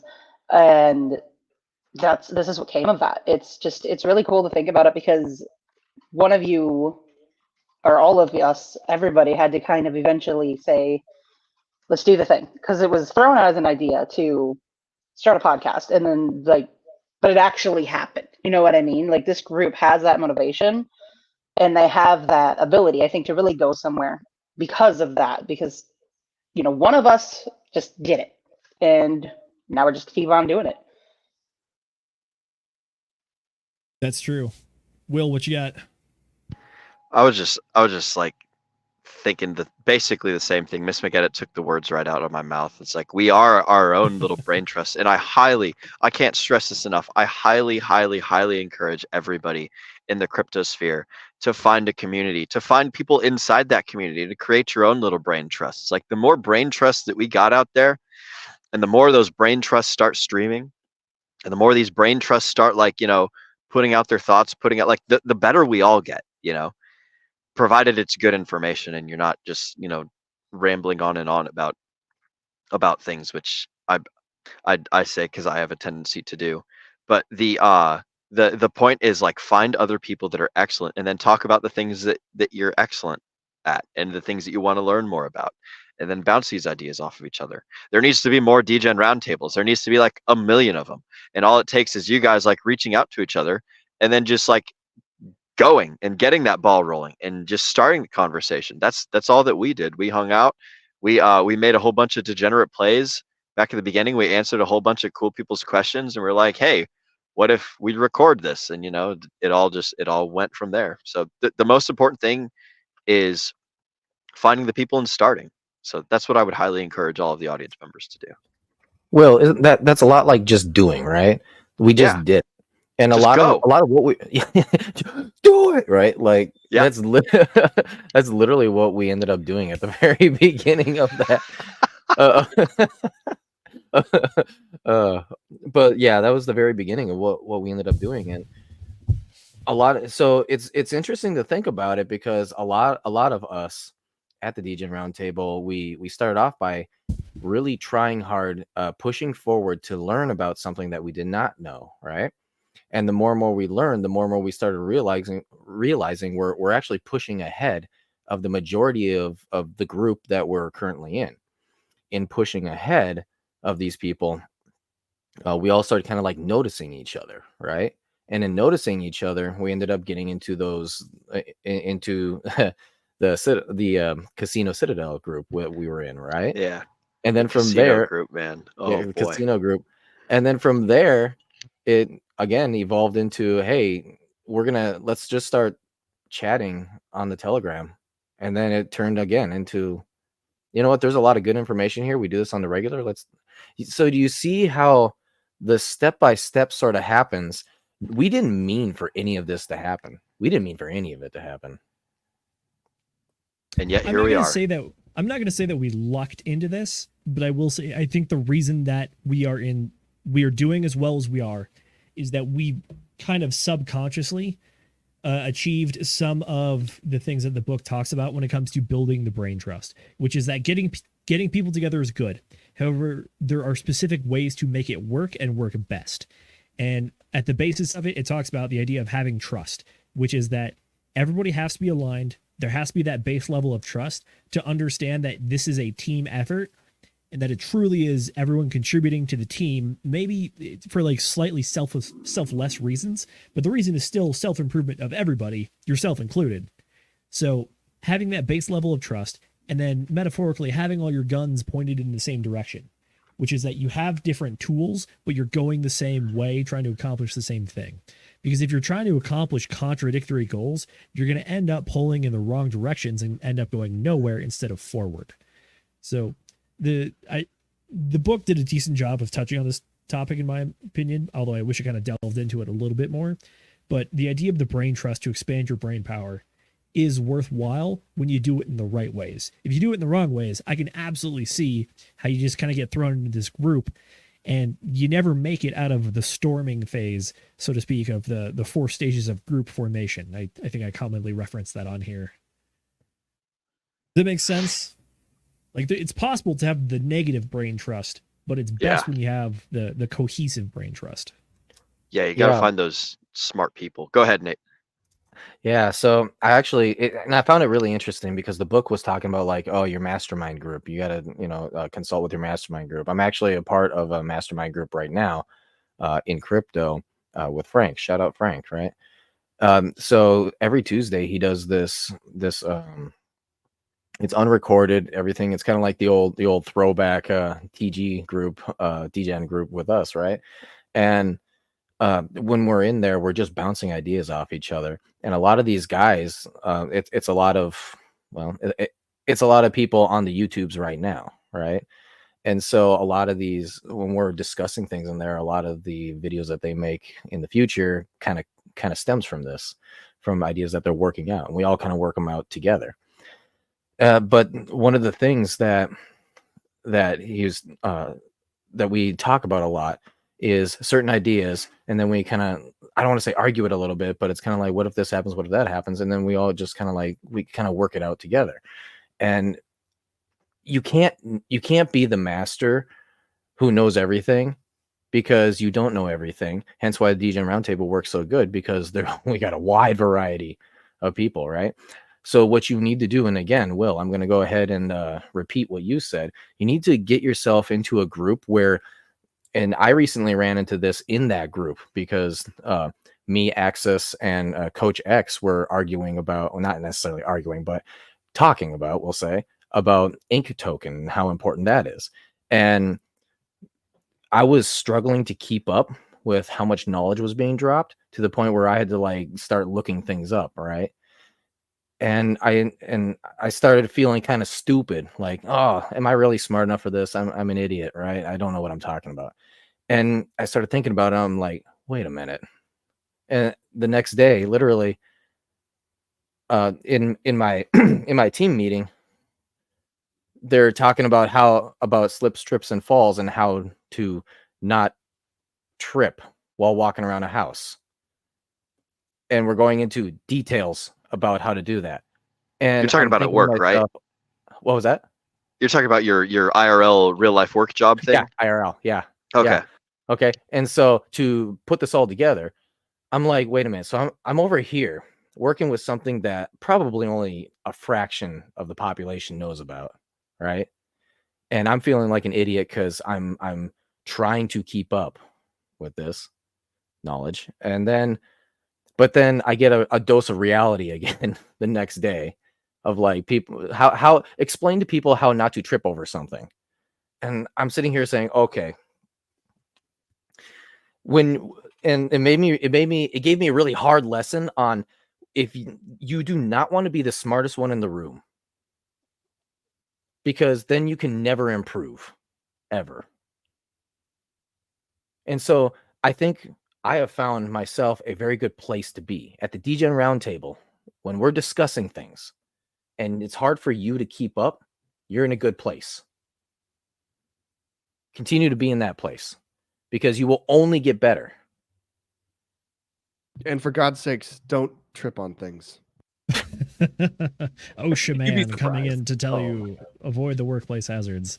But yeah, tell you what, I got one more topic I do want to get to, but before we deviate too far away from the brain trust, if you're interested in a brain trust, Sam, can you go ahead and give me a downwards point real quick? There you go. That QR code right there is the entry link to our brain trust, the DGen Roundtable Telegram. You can join there. You can add any of us on this panel, anybody else in the community or on the DGen Roundtable, and throw questions out there, topics, conversations, and we will talk back, or discuss. Maybe not talk back is the right word. We will talk back to you. Talk back to you. Yeah. The point of the Telegram is we really want it to be a place for discussion and learning and growth. We are super thankful to have awesome people in there. We even have founders like Walrus, who enjoys stopping by pretty frequently. I'm not going to lie, for how busy that guy is, and just talking with everybody about different ideas. I know recently, this last Wednesday, we talked about the Bank X Hex sell-off point. Walrus even commented on that in the Telegram as well, gave his little 2 cents on what that's going to do with the market. So it's awesome to see people in there talking about everything together, and everyone is learning at the same time. Even if it's you can answer a question, and I bet you there are questions that you can't answer, so go ahead and throw them out there as well. All right, so final topic for the evening. We didn't talk about it too much besides this point, other than some of the stuff that Mrs. Producer was talking about earlier. But we're going to talk more about the woo-woo spell casting, which is, in your personal experience, how have you felt that you've effectively used some of the auto suggestion or the metacognition, the thinking about thinking, the gaslighting yourself into positive results? Some might call it building discipline, some might call it auto suggestion. But in your personal lives, where have you been able to achieve the things that the book has talked about for like habit building and the mentality building? And then is there any point where you kind of separate and you say, this is maybe a bit too far for me?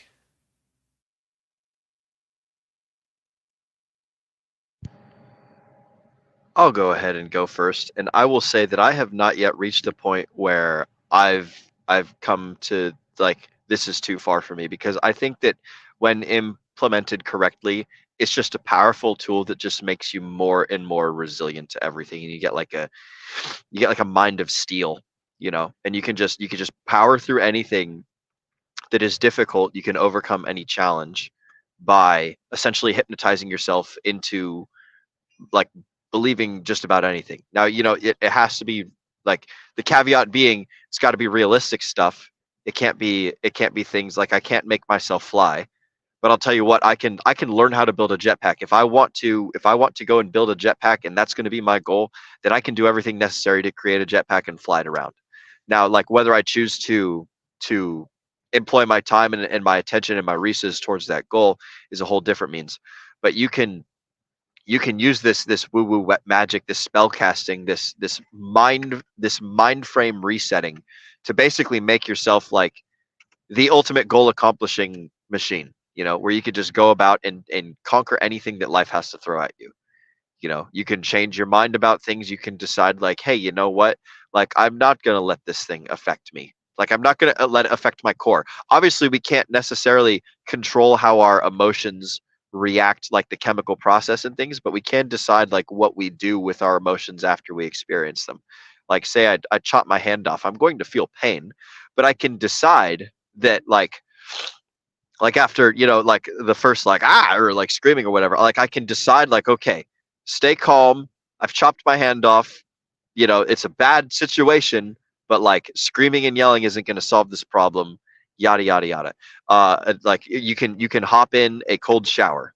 You can do like cold weather training and stuff. That's the easiest thing that I do, is like when I go to take a shower in the morning and I turn the water on and I'm waiting for the water to heat up, I'm standing in the cold water and I'm just telling myself like, this isn't that bad. This is cold water. It sucks and it hurts, but it'll be over and I'll be stronger for it. And then I do that every single time I hop into the shower, and I turn the cold water on in the beginning and I switch to cold water at the very end. And like I've come to realize, okay, well, I've got to the point where like my brain tells itself this message. Sometimes I say it out loud, sometimes I don't. My brain tells myself this message. My body feels this reaction. I know it's coming. I know it's gonna suck and it's gonna be uncomfortable and blah blah blah blah blah. But then like you eventually get over it. Or you go up in a steel tower a whole bunch and you're like, holy crap, this is terrifying. And then it's like, you learn how to trust your equipment. You learn how to hook into things correctly. You learn how to identify strong points on the tower, weak points on the tower. You learn the capabilities of your harness system. You learn all this stuff, and you immerse yourself in the difficult thing, and you tell yourself this difficult thing isn't actually difficult. It's just uncomfortable. And all that I have to do is push past the discomfort, and then boom, I can conquer this thing. So that's personally how the woo-woo magic has affected my life and stuff. And I don't think that there is a point too far. I think that people can use it poorly, but I don't think that it's just like any other tool. So those are my thoughts. So, I'll give a bit of a personal anecdote, which is, I know I'm a person that talks out loud to myself. Like they're not the inside thoughts, so to speak, but a lot of the thoughts that I have, I just say out loud to myself. It's something that I've done for a while, and I understand I kind of look like a crazy person when I do it, but it's especially something that happens if I think I'm alone, or I mistakenly think I'm alone, and it's like, wow. Like I remember back in college, I would do this in the engineering building late at night. It's just like, okay, we can do this. We got to just get through this. We'll do it. We'll go to bed. We'll wake up. We'll do it all again. We're going to be okay. It's like you just keep repeating in your head, I'm going to do this. We're going to get through this. We're going to keep pushing, and we're going to keep pushing. And it's one of those things where you just got to hype yourself up and you just keep pushing through. It's 2 a.m. The formulas still don't make sense, but you got to do the homework, and we're going to figure it out. We'll ask the buddy next to us, I am here. How do I get from here to the next spot? And they'll help you, get you a little bit of an inch so that you can get the rest of the way yourself. And it's this idea of just like talking for me, it turns the thoughts into words, which turns into the motivation to do the things that I want to do. It's a little bit of the gaslighting, so to speak. I know some people are fans of doing like the morning affirmations or the evening affirmations, which is you wake up in the morning and you look at yourself and you say like I am strong and smart and I'm going to go kick ass today. And then eventually the idea is that if you do it enough, you're just going to genuinely believe it and you're no longer forcing yourself to do it, but it's just something that comes out like my ramblings in the engineering building about let's get through this so we can go to bed. Don't worry about it, Zenith. I'm one of those crazy guys too, except I'm a little bit worse because I'm the guy who speaks it all out and then does like hand gestures. So I'm the guy who's like, if black holes are like whirlpools and they start going down like this. So as going down, when do you hit that point where you start going around to the other side and then all of a sudden you come out of like a white hole? But the only way you could do that is by curving up the universe. I'm just like, yeah. So don't meet me in a quiet classroom because you'll be like, what is that guy doing? See the guy that looks like he's breakdancing by himself in a chair? Yeah, that's me. It's I found it's the best way to kind of like straighten my thoughts out though. It's a weird quirk. Fair enough. I'm going to throw this out there. The only concept that really didn't jive with me from this book was when the guy was talking about seeing the people and like imagining all the different people and how they interacted with each other. Like in my mind, this is also in the section of the book that was talking about most people don't achieve success until they're at least 40 or 50, and that's the age of wisdom. I'm only 29. I understand. I'm far away from the wisdom. But at the same time, for me, it's like right now in my life and where I'm at, I don't really see the value or the ability to do that. Because in my mind, that almost just seems like that's the point where I should like maybe go like take a break and like lay down, because that sounds like actual what's the word? Hallucinations, like dementia, schizophrenia. Could be dementia or schizophrenia. Honestly, that's the point where it's like I don't see myself doing that again. To shut out Will and his Michael Sartain references, this could be a self-limiting belief that I have not allowed myself to see these things. But at least where I'm at right now, I don't like. That's one of those things that's just like one step too far for me. Hopefully I can get there one day and find use out of it. But right now, I think there's some other steps to go before we get to that point. I'm going to pipe in here and say that, one of the things I want to add on top of that is when you're studying that homework and you're trying to get through, one of the things that I love to tell myself when it's not necessarily a good spell, but it really drives home the point is that no one is coming to save you. If you want the thing, you got to go get the thing. And, when you were a little boy and your mommy came in and was able to help you do the thing, that was your time in the life to enjoy that. If you're an adult, that's gone, right? So you got to get it done. Otherwise, I want to basically say that a lot of my strategies are going to be very similar to Will's because we kind of, built the strategies in the same plane, in the same existence, in the same galaxy when we were high up on the towers and doing that stuff. So very similar there. But yikes. I got nothing else. That's it. All right. Good stuff. Nate, what you got?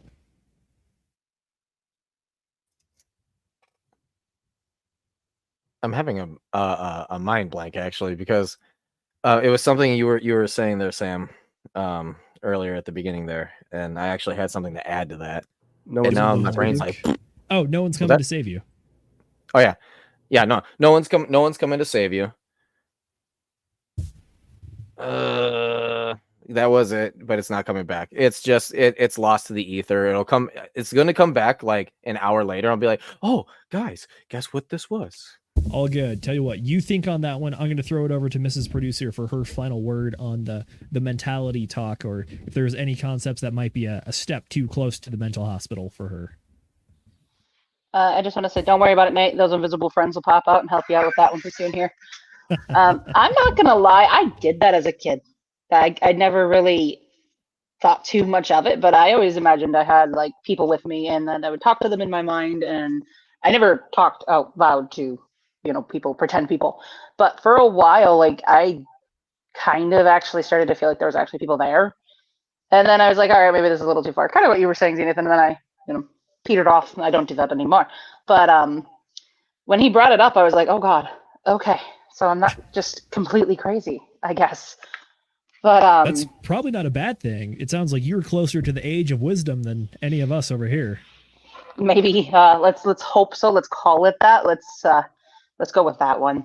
But what I wanted to bring up, I don't necessarily have any strategies or anything like Will and Sam seem to that go along with this, other than just, I guess for me, very simple, just do the thing.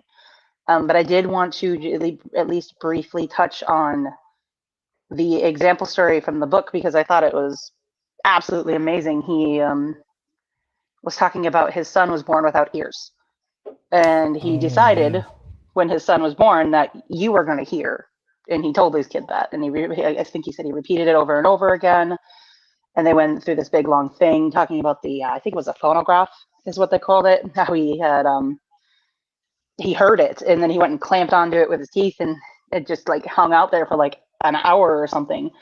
And he found out later that was actually super beneficial. I don't remember the exact details, but it triggered something in his brain, and it really bone worked for him. And then it's what? The bone conductivity. Yes, thank you. And he, the kid born with no ears, went on to not only hear because of technology that he tested and it ended up working. He went on to help millions and millions of other people to, spread this technology and come up with these things. And then they talk about that wheelchair that's able to, like kind of read what's going on, and it can actually go upstairs. Like just that story, that whole big section of the book was just fascinating to me. And I think if anybody hasn't read this yet, that's one of the big things that really stood out to me, is it was phenomenally inspirational. And yeah, I just kind of wanted to mention that because I thought it was amazing, and it really emphasized this point too. It's a really powerful story. It's effectively just a father who, by sheer force of will, gives his son the ability to hear things, even when the doctors are like, physically, I don't understand how this is possible. Like, the kid does not have the holes in the skull to let the sound through, but you've somehow found a way to do it regardless. Yeah, that's a good story. Alrighty, gentlemen, and our lovely lady, we are at our 2-hour mark, so we're going to go ahead and start wrapping up here. We're going to go around the panel, ask where the good people can find you, and then also overall thoughts on the book and where this falls in your book hierarchy of absolutely must read, or you can take your time on this one. So with that said, I'll throw it over to Sam first. Good sir, where can the people find you? The people can find me if they go to at samuel.d.stevenson on Instagram. That is my personal Instagram. Or you can go to at BFB Success on Instagram if you want to check out some reels and stuff on there. If you want to go to my YouTube channel, Bungalows for Bachelors, spelled just like this little thingy here, right? I got a whole bunch of free content on there you can check out.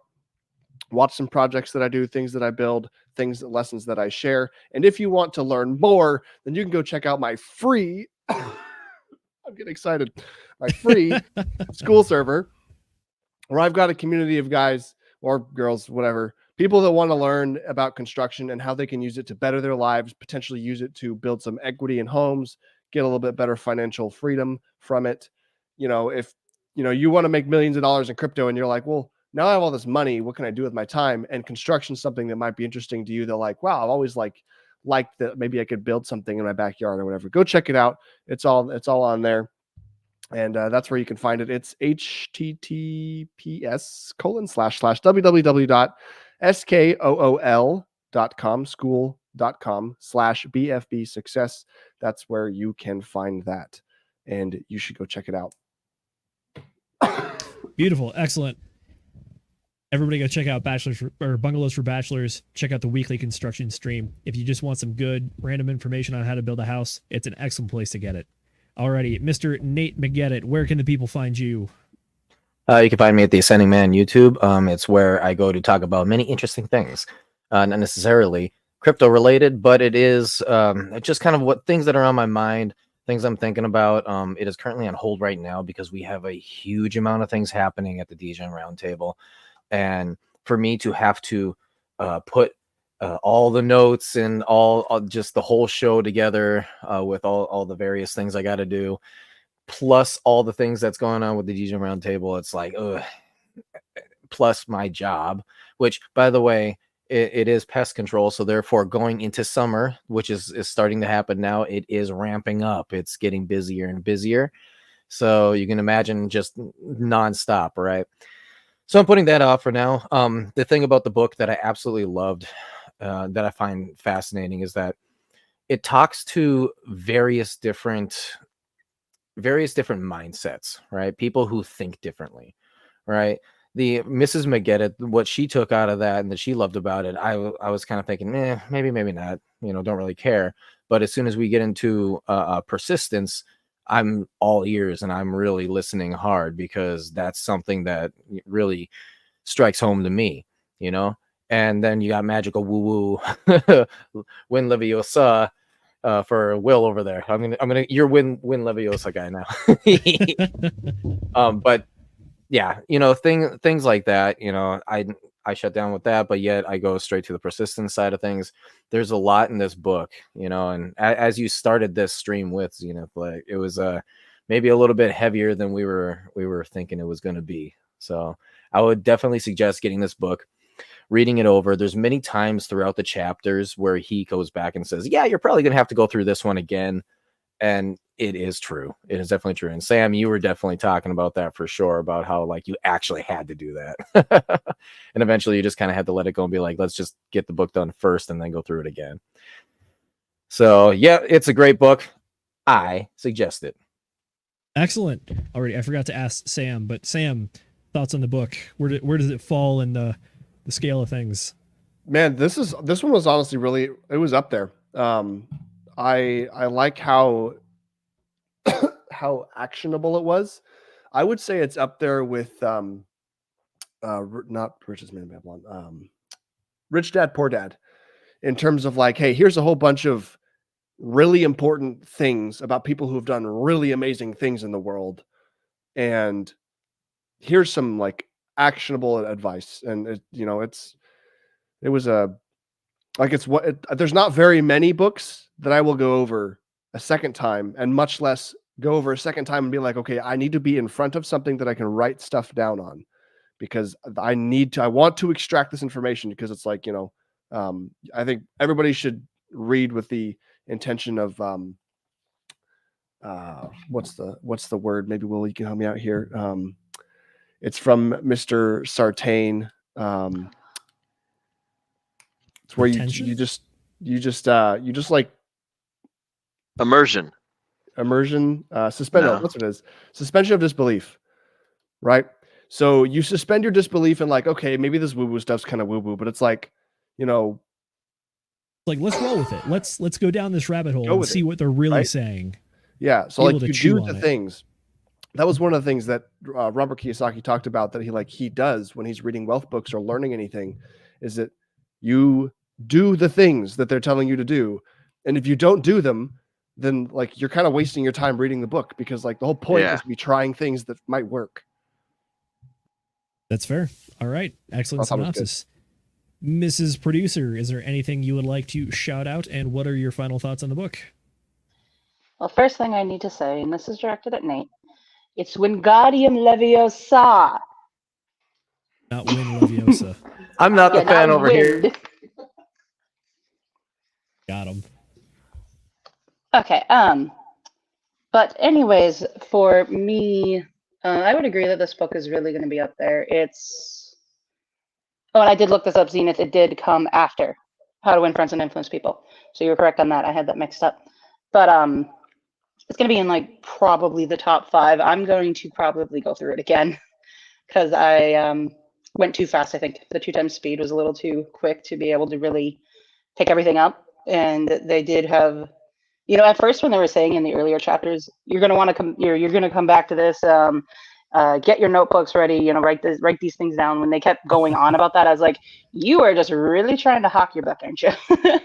But then by the time I got to the end of it, I'm like, no, that's pretty accurate, actually. They had some very good points there, and they weren't just trying to, you know, convince people to buy the book, basically, or reread the book and make it more popular.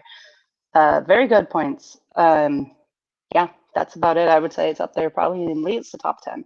I don't really have a solid top 10, though. You know what I mean? I just have basically my top 2 are Rich Dad, Poor Dad, and then How to Win Friends and Influence People. So I haven't really developed a full top 5. Fair enough. Understandable. Still sounds like some pretty high praises for the book, though. So I'm glad it was a good read for a lot of the panel. All right, Mr. Will Stevenson, as the co-host, I think you have a lot to talk about here. We got where the people can find you, what we have going on next, and your thoughts on the book. Oh man, so where the people can find me, you guys can find me at linktree/Will Stevenson. You could also find me at the link or the description that I got for myself right here, t.me/Hex_Meetup. That's my little Hex Meetup channel. As far as what we got going on next, we're doing 1 book a week, ladies and germs. Mr. Zenith and I are switching and swatching for book hosting. So I'm going to be hosting next week's DGen Roundtable Book Club, and we're going to be covering $100 Million Offers by Alex Hormozy. So that's what you guys have to look forward to. And then other than that, the DGen Roundtable, we're going to be streaming on Sunday, like we always do. Sunday at 7 p.m. Central, 8 p.m. Eastern, 6 p.m. Mountain, and 5 p.m. Pacific. I think those are the right ones. But I'm sorry, guys, I haven't quite memorized the Australian or the London times yet. But that's what we got going on in the near future. Again, you guys can find me at linktree/Will Stevenson. Make sure that you guys join the Telegram community. Right, scan that QR code, type in bit.ly/degenerate_roundtable, click the link in the description below. Anything you can do to get into our Telegram before we monetize and we make it gated access. It's one of those unfortunate necessities that, like, after a certain point in the bull market and the eyes start turning on to the crypto sphere, you get less and less high quality attention, and you get more and more spammers, you get more and more scammers, you get more and more like people that are just in it to make a quick buck or whatever. And, you know, like, not to say that I'm not in it to make a quick buck, but like you get people that are less dedicated and that are more trying to like clog up the airways. And we're trying to keep the chat like nice and clean and full of like family and like high quality information and just sort of filter out everything. So the Telegram's not always going to be free. So get it in it while the getting is good.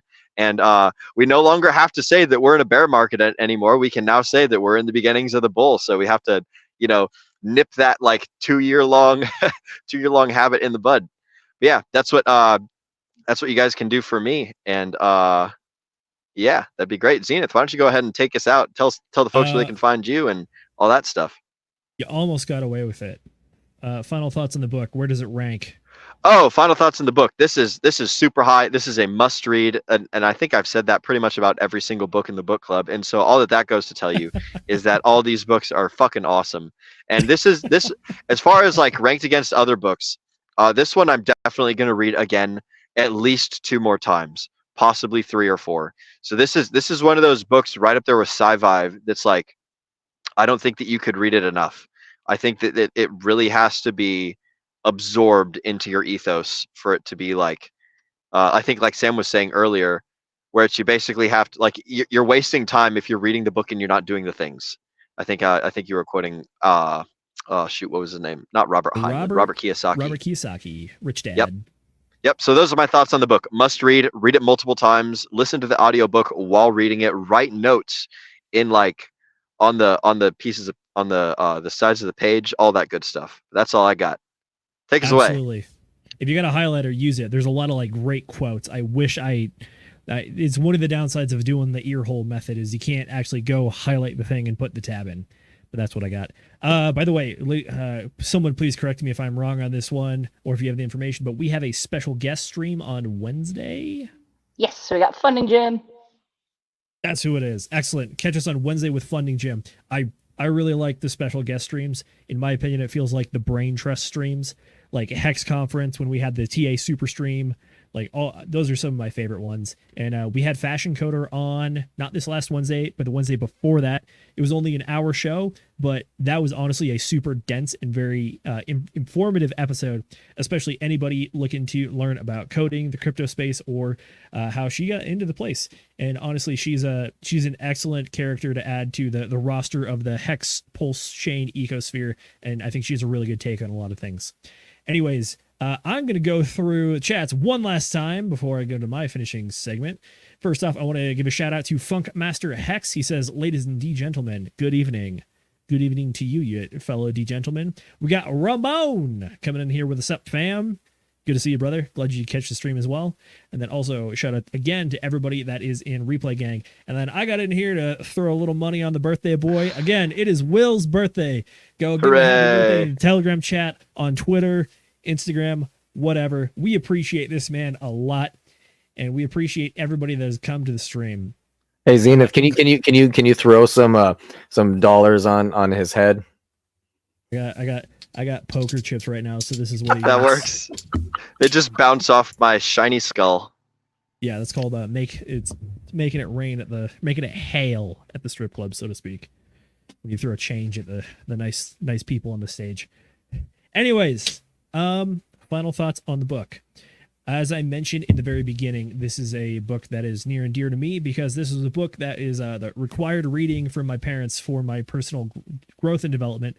And again, winners never quit, quitters never win. I think that came from here, and they imparted that onto me and my brothers, and it's something that we've definitely lived by all of our lives, and I think it's been one of the most effective pieces of information that my parents have ever shared with me. So, again, I was not expecting this to be dense. Understand, like, there's a lot going on here in not just in like the self-development growth, but also if you want to think about thinking, this is a book that's going to do that for you. When I originally saw the title of Think and Grow Rich, I was like, oh, cool, financial book. This will be great. But no, when they say Think and Grow Rich, it's growing rich in your mentality, not just in the bank account. So that's my synopsis. I'm not going to lie. My top 10 is getting pretty popular, but I'll call this a top 10 book as well for sure. That's what we got. All right, ladies and gentlemen, throw your happy birthdays to Will. By the way, we have Mrs. Christine Stevenson in the chat. We thank her a lot for making these two excellent gentlemen and also making some excellent knowledge about how to be a entrepreneur and not get in trouble with the IRS. So go catch some of those episodes if you want to learn about that stuff. As always, that was a good episode. Z, there was one last thing if you looked into the private chat for Sam. Yeah, we just jump right in here. I wanted to plug one more thing, guys, and that's that I think we would all enjoy to know that if you want to get to know your dearly beloved Captain RG3, I'm going to be interviewing him on my Samuel Stevenson podcast on the 13th of March. I think at 5 p.m. I'll create a little flyer for that and plug it some more as we go along. But if you want to learn about his experience being a millwright and a little bit of his story, then I think that'll be a fun conversation. So check it out. That's awesome. Oh, you were just not going to tell us this? This is huge. Sorry, it slipped my mind. I was going to say it's a little bit of an announcement as well, but R3 personally recommended a book to myself and Will and said that he will come on the book club for when we cover it. And I believe that is Outliers. I can't remember who it's by, but the cover is bright red, so it's hard to miss. But that is fantastic news. Yeah, check out the Sam Stevenson's podcast. I had a great time chatting with you on there as well. So thank you again for having me on. And having RG3 on is going to be a great stream. So good luck with that one, brother. All right, folks. I'm Zenith. You can find my meme page and crypto education page at Hexico Space Force or Hex Space Force on the Twitter, Instagram, and YouTubes. And if you're looking for me personally for business shoutouts or whatever, or you want to stare at my face for some odd reason, that is Zenith DI. That is linktree.com/Zenith DI. Hit me up on there if you want to reach out for business inquiries or whatever. And as always, folks, thanks for joining us. This is a blast. I can't believe we're almost at number 10, and that is going to be done by this man right here. So join us next Friday for $100 million offers. We're going to have a blast. We're going to sign off for now. Thank you for joining us.